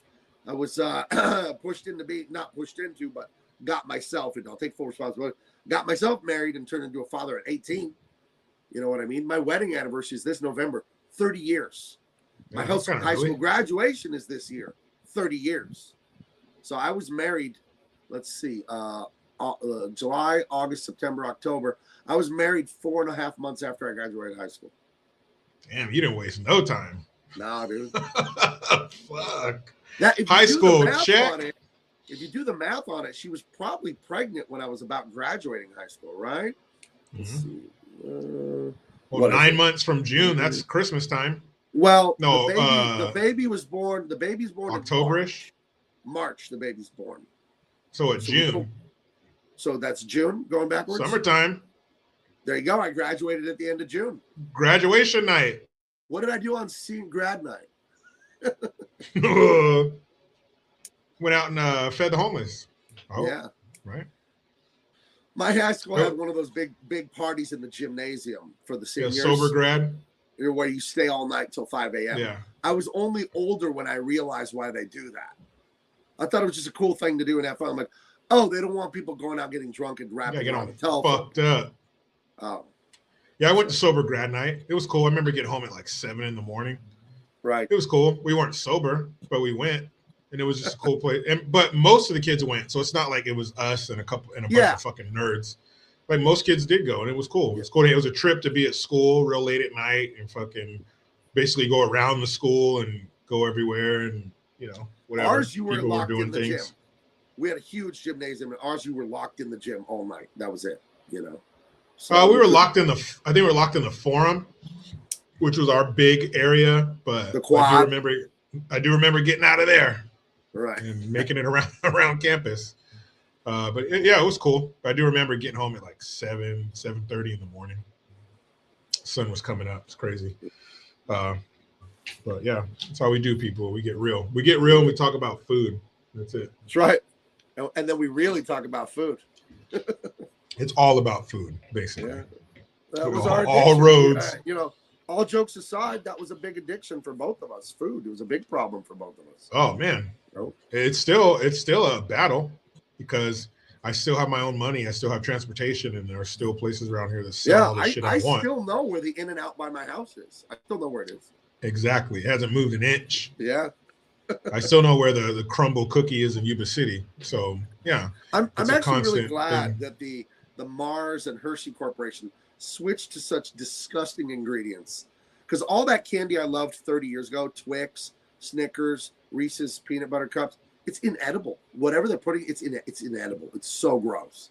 It's all the fake oil they're using or whatever the fuck. It's so gross. A paragraph of fucking ingredients. It's and guys, it's Reese's Pieces. It rhymes. It's not Reese's Pieces. Why do people? It's not Reese's Pieces. But I hear people say, "Oh, I'm gonna have some Reese's Pieces." I've heard people say Reese's Pieces. Look, if you say Reese's Pieces or Reese's at all, yeah, you're in line in the firing squad for people who say cool beans and people who wear pajama pants in public.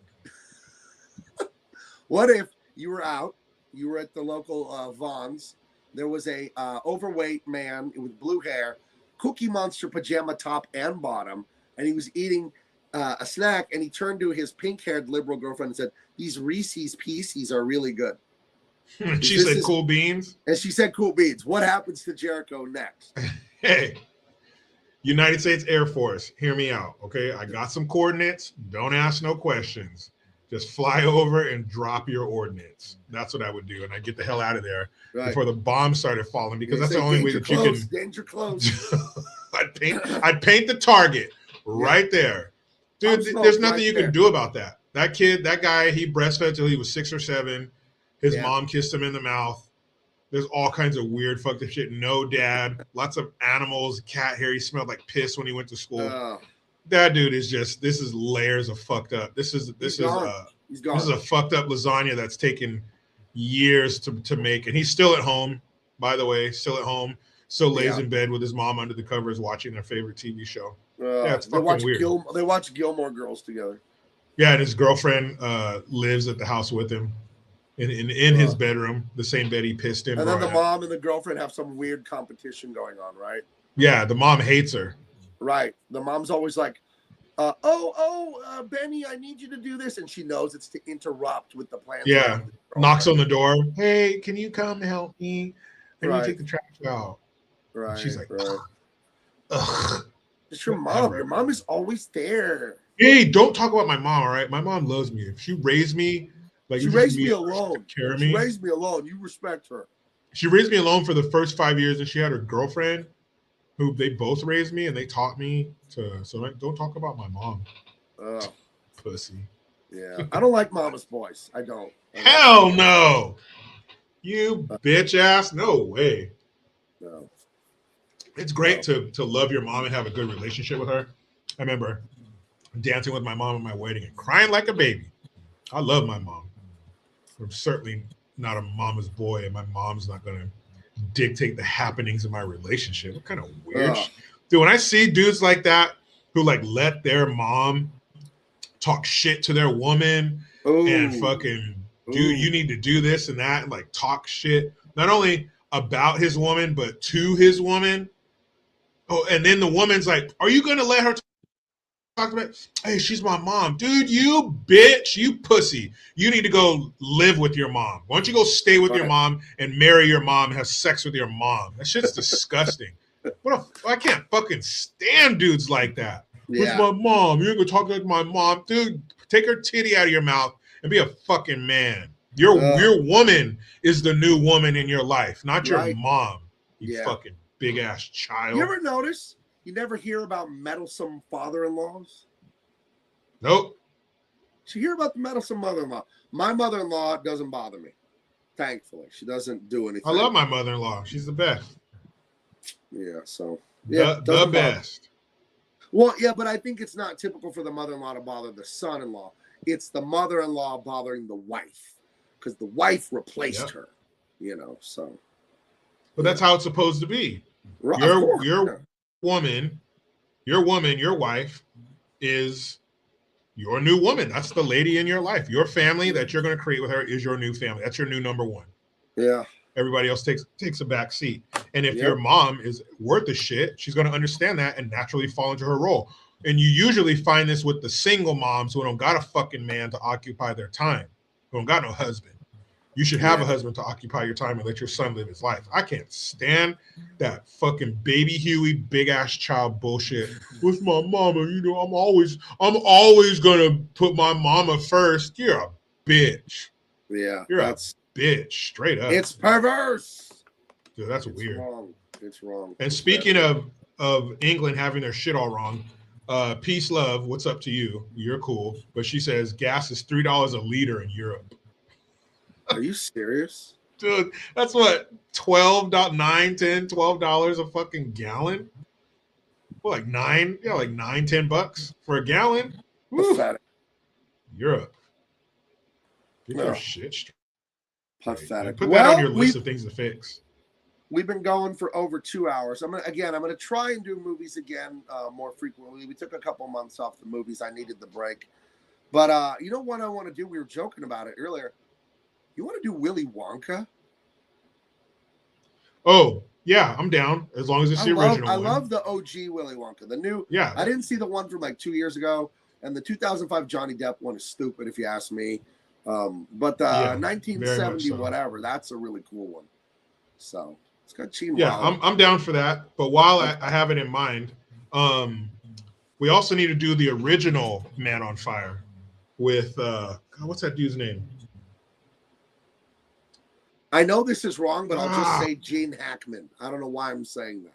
Gene Wilder. Who? Gene Wilder. Gene. But I want to say Gene Hackman was the original Man on Fire, and he's not. Oh, no. It's what's the dude's name? It's not Steve something. We'll look it up. Man on Fire. Yeah, 1987. Who is it? Damn it.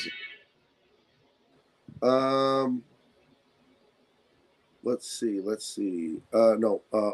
Older version AI, not the 2004 one, which was a good movie. Oh, Scott something. Scott something. The older version of Man on Fire is the 1987 French film L'Homme de Feu, which would mean The Man on Fire. This is a French one? Scott Glenn as Christian. Scott Glenn, that's what it is. Yeah, it's in English though. Yeah. So. Yeah, Scott Glenn. I want to see that one. Wow. But yeah, I'm down for Willy Wonka. I've been watching that, man. As a kid, that was always one of the movies we'd watch, you know, in school, like the day before Christmas break or something like that. That was always one of the movies we watched. But that scene in the tunnel where they're going on that boat, that shit was crazy. There is no way of knowing exactly where we're going. Dude, that shit was weird. He goes all crazy. Yeah, right when they're about to lose it, he comes to the end, and he's like, and his attitude is like, "What? What's the problem? Why are you guys freaking out?" Yeah, that was. And then every time one of the kids got killed, but not really, the Oompa Loompas sing a little song, kind of scolding them like they deserved it. Yep, telling you exactly what their problem was. Yeah. What do you get when your kid is a brat? Yeah, dude, that was the best. Augustus! I think he was the first one, Augustus Gloop. Right. He fell in the chocolate river. I think he was the first one. Oh, dude, when they were interviewing him and his dad just bit the fucking head off the microphone because they were eating. Instead just goes, and bites the head off the mic. I was like, holy and shit. Violet Beauregard, Mike T, Oh, Veruca Salt. Veruca Salt. I want the golden goose, Daddy. I want it now, Daddy. Don't care how. I want it now. Yeah, those kids are awesome, dude. Yeah, Violet. She's the one who ate the fucking right, the blueberry or the gum. Yeah, and she turned into Violet's turning into a blueberry. Yeah, so I'll try and collect those, and maybe we could do Willy Wonka. We could do that. That'd be a fun one. So you would think that Wonka brand candy would be a big thing, and it's not. There's a few novelty items you can find here and there, but the one that I would always see was Nerds. I liked Nerds when I was in middle school. Oh, Nerds are the shit. Yeah, they were pretty damn good. Then they came out with Nerd, like a piece of taffy with Nerds stuff. Like if you dropped it on the floor with a bunch of Nerds. Yeah. You know what was revolutionary was the box of Nerds, and it had an opening on both sides, and it had two flavors. Yeah, 2 flavors, fool. That's right. Yeah, candy started to get revolutionary in the 90s. They started coming out with all those different flavors of Twix, cookies and cream, and mint, and peanut butter Twix. Yeah, I remember that. Look, that shit, dude. All the flavor. What is it? Reese's peanut butter cups now. Reese's. They got 58 different flavors, like yeah, cookies and cream and peppermint. I'm like, dude, what the fuck? Everything doesn't have to change just for the sake of changing, dude. Look at this, Treasure Ellen. I made a birria sandwich today, like a French dip, but spicy. That sounds really good. You better sounds delicious. Hope you're married. Yeah. Birria sandwich. Nothing wrong with that. Hope you're locked down cooking like that. Yeah. Somebody's missing out. A man's heart through his stomach. Through his zipper. No, what'd you say? You said we'll go with what you said instead. Yeah. We'll keep it clean. All right, folks. We'll go with that. It's been a little over 2 hours, and the good news is I got the Unstoppable TYRUS from the printer last week, and it's amazing. Thousands of books. A big delivery truck shows up, drops them off for me. TYRUS happened to be in town last week, so he autographed these. Look, I think this is one of the autographed ones. I grabbed a couple from the pile. Oh, there's his signature right there. He autographed that. I still need to autograph them. I'm waiting for the one that has the foil logo. They didn't ship me that one yet. That takes a week or 2 extra to print that one. Specialized printing technique. They said they're shipping that on the 24th. But shipping starts now. We're organizing everything. We're bagging and boarding. We're packing it up. And we're going to get your books to you now. As promised, as I've been doing for the last 4 years as an independent comic book creator. I make books. You guys crowdfund them. You trust me. And then I deliver them. And I deliver them on time. And they are excellent. Now, Jericho has read EMPYREAN. He has read Dean Cain, All-American Lawman. Mm-hmm. He has read The Unstoppable TYRUS. And he will tell you himself that they are excellent, fun reads with gorgeous art. And they are for adults. They're for kids, too. They're totally appropriate for kids. But if you're a grown person, you can sit there and read it. And you will absolutely love it and be entertained. Is any of that true, sir? You are under oath. It's all true. I will add that my son wants to read EMPYREAN again. Okay. He mentioned that the other day. So we're going to do a reread on that one. We'll probably go through all of them again. Why not? Okay. But yeah, they're all awesome. I can't wait for all these new installments of all these various projects. Right. And all of you watching, go to bigmancomics.com right now and order the books if you don't have them, because it's in stock. It's here. I have it physically here. They brought pallets and pallets to me. So if you order it now, it will ship in the next few weeks. We got a lot to ship out. So it'll take a while to ship out. And I am waiting on that one foil stamped cover. We don't have those yet, but he said they're going to ship it on Friday. So I'll get it middle of next week sometime. And we got to have TYRUS autograph some of those too, because people ordered autographs of every type of cover. We have 6 different covers, I believe. So, yeah, I'm thrilled. The Dean Cain sequel graphic novel is nearly complete. The colorist is up to page 50, and there's 20 pages to go on that. I'm writing the script for The Citizen, which is Falling Down meets The Punisher meets Death Wish set in the modern day. It's freaking awesome. And I'm writing a novel. I'm writing a really fun comedy caper novel. That's coming out really good. Really fun.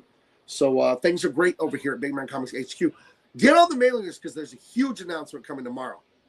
something related to EMPYREAN and Dean Cain that is something I have not told you before will probably be announced tomorrow. Okay? And it's only going to be announced on the mailing list at first. And then the general public will get to know about it. And you might be hearing from Dean Cain himself. Who knows? Well, I'm not worried because I'm on the mailing list, so I'll be getting that shit. Right. So Jericho knows. He knows stuff. I tell him stuff. I'm in the know. I love you guys. You got to subscribe. You got to hit like. You got to watch my other show with Bill Frank. He's an old guy. He's not going to be around forever. He's 71. He was a legend at Disney, Warner Brothers, Hanna-Barbera, Blue Sky. He's an animator of your childhood. He animated freaking everything you can think of for 50 years. Roger Rabbit, Treasure Planet, The Emperor's New Groove. He was Ice Age. You know, Scrat, the muskrat chasing the acorn. He is the artist who specifically created Scrat, and he got an Oscar nomination for that. Didn't win, but he got an Oscar nomination for that. So he's a legend. He's a smart guy. He's a kind guy. He's a family guy, but he's a brilliant guy. And he and I are just friends. So we just talk on the phone too, but we record that podcast every week. We record 2 short episodes a week. That way we can publish one every week, and then we have extras in case. Like this week, he wasn't able to record. He went somewhere with his wife out of town or whatever. But yeah, watch that. We call it, since we're both illustrators, he came up with the name. It's a hilarious name, Two Sketchy Guys. I love that name for that show. So please, we need more people watching that because that's a really fun show. So, and then as always, follow me on all socials. It's Gabe El-Taib, Big Man Comics on Twitter. He's Jericho Green here on YouTube, and he's JG Talk 2 on Instagram. And anything you got to announce for the peoples? The huge. Keep your eyes peeled. I'm cranking out shit right now. I'm in the studio, and when I'm done here, I'll be putting out so much shit on Instagram. And I've been posting on X and, of course, YouTube. So do what you do. All right. I'm going to try and get Willy Wonka for us next week. And if we get that, that'll be a good time. If not, we'll just talk like we always do. Treasure says she's not married, even though she made the awesome birria dip sandwich. All I want is a man who will like my cooking and will let me be passenger princess. Well, keep cooking. Easy. No matter how ugly or pretty you are, I don't know what you look like. Do the best with what you got, lady. And then be kind and make his life better by being kind. Don't nag. Yep. Don't stress. When you want your man to do something, don't nag. Give encouragement. See, look at it like a football game. We'll go in just a second. Men are the football players on the field. You're the beautiful cheerleaders on the sideline. Now, the cheerleaders, what they don't do to the football players is go, oh, nice fucking touchdown. You let the offense score 3 plays. Get your fucking heads out of here. Cheerleaders don't do that. They're like, hey, go team. You know, they're being beautiful and they're cheering. Let coach yell at the players. Don't yell at your man. Don't do that. Be the cheerleader. You still get them to do what you want, but just do it with beauty and grace and elegance, right? That works for me. So. Yep. Just continue to be a great cook. And like he said, your looks do not matter, so don't trip off that bullshit. Just be a woman and hang out in places where the kind of man you want is. And as long as you're a woman and you're just be a woman. That's it. That's all you have to do. And you will attract those kind of men. I saw a lady online said she wanted a handy man, a man that could fix it. I fix everything in the house. I'm really good at it. I was a construction worker, and then after that, I worked at Home Depot for 4 years. So I learned everything about lumber and tools. I fixed all kinds of shit at my house. But I saw a lady said she wanted a handy man, and she just wanted men to pick her up and flirt with her anyway. So she went into a Home Depot and kind of acted like she was lost and looking for stuff. Men everywhere were volunteering to help. Oh, you know what?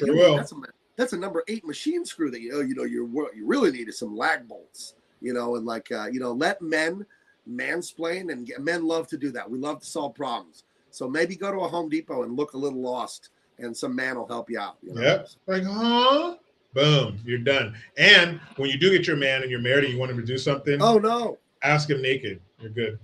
Oh, I saw her make a comment and I didn't read it, and it says you don't have to on screen, but her man died a couple years ago. She has a dark sense of humor now. I'm very sorry to hear that. Sorry to hear that. Maybe I should have read it before I clicked it. God bless you. Well, it sounds like you already know how to get a good man, so you're good. Right, we're preaching to the choir. You're good. Just keep making the birria. Just keep making it. Keep that coming. You know. That's it. So, all right. Hopefully, Willy Wonka next week. BigManComics.com. Talk to you guys later.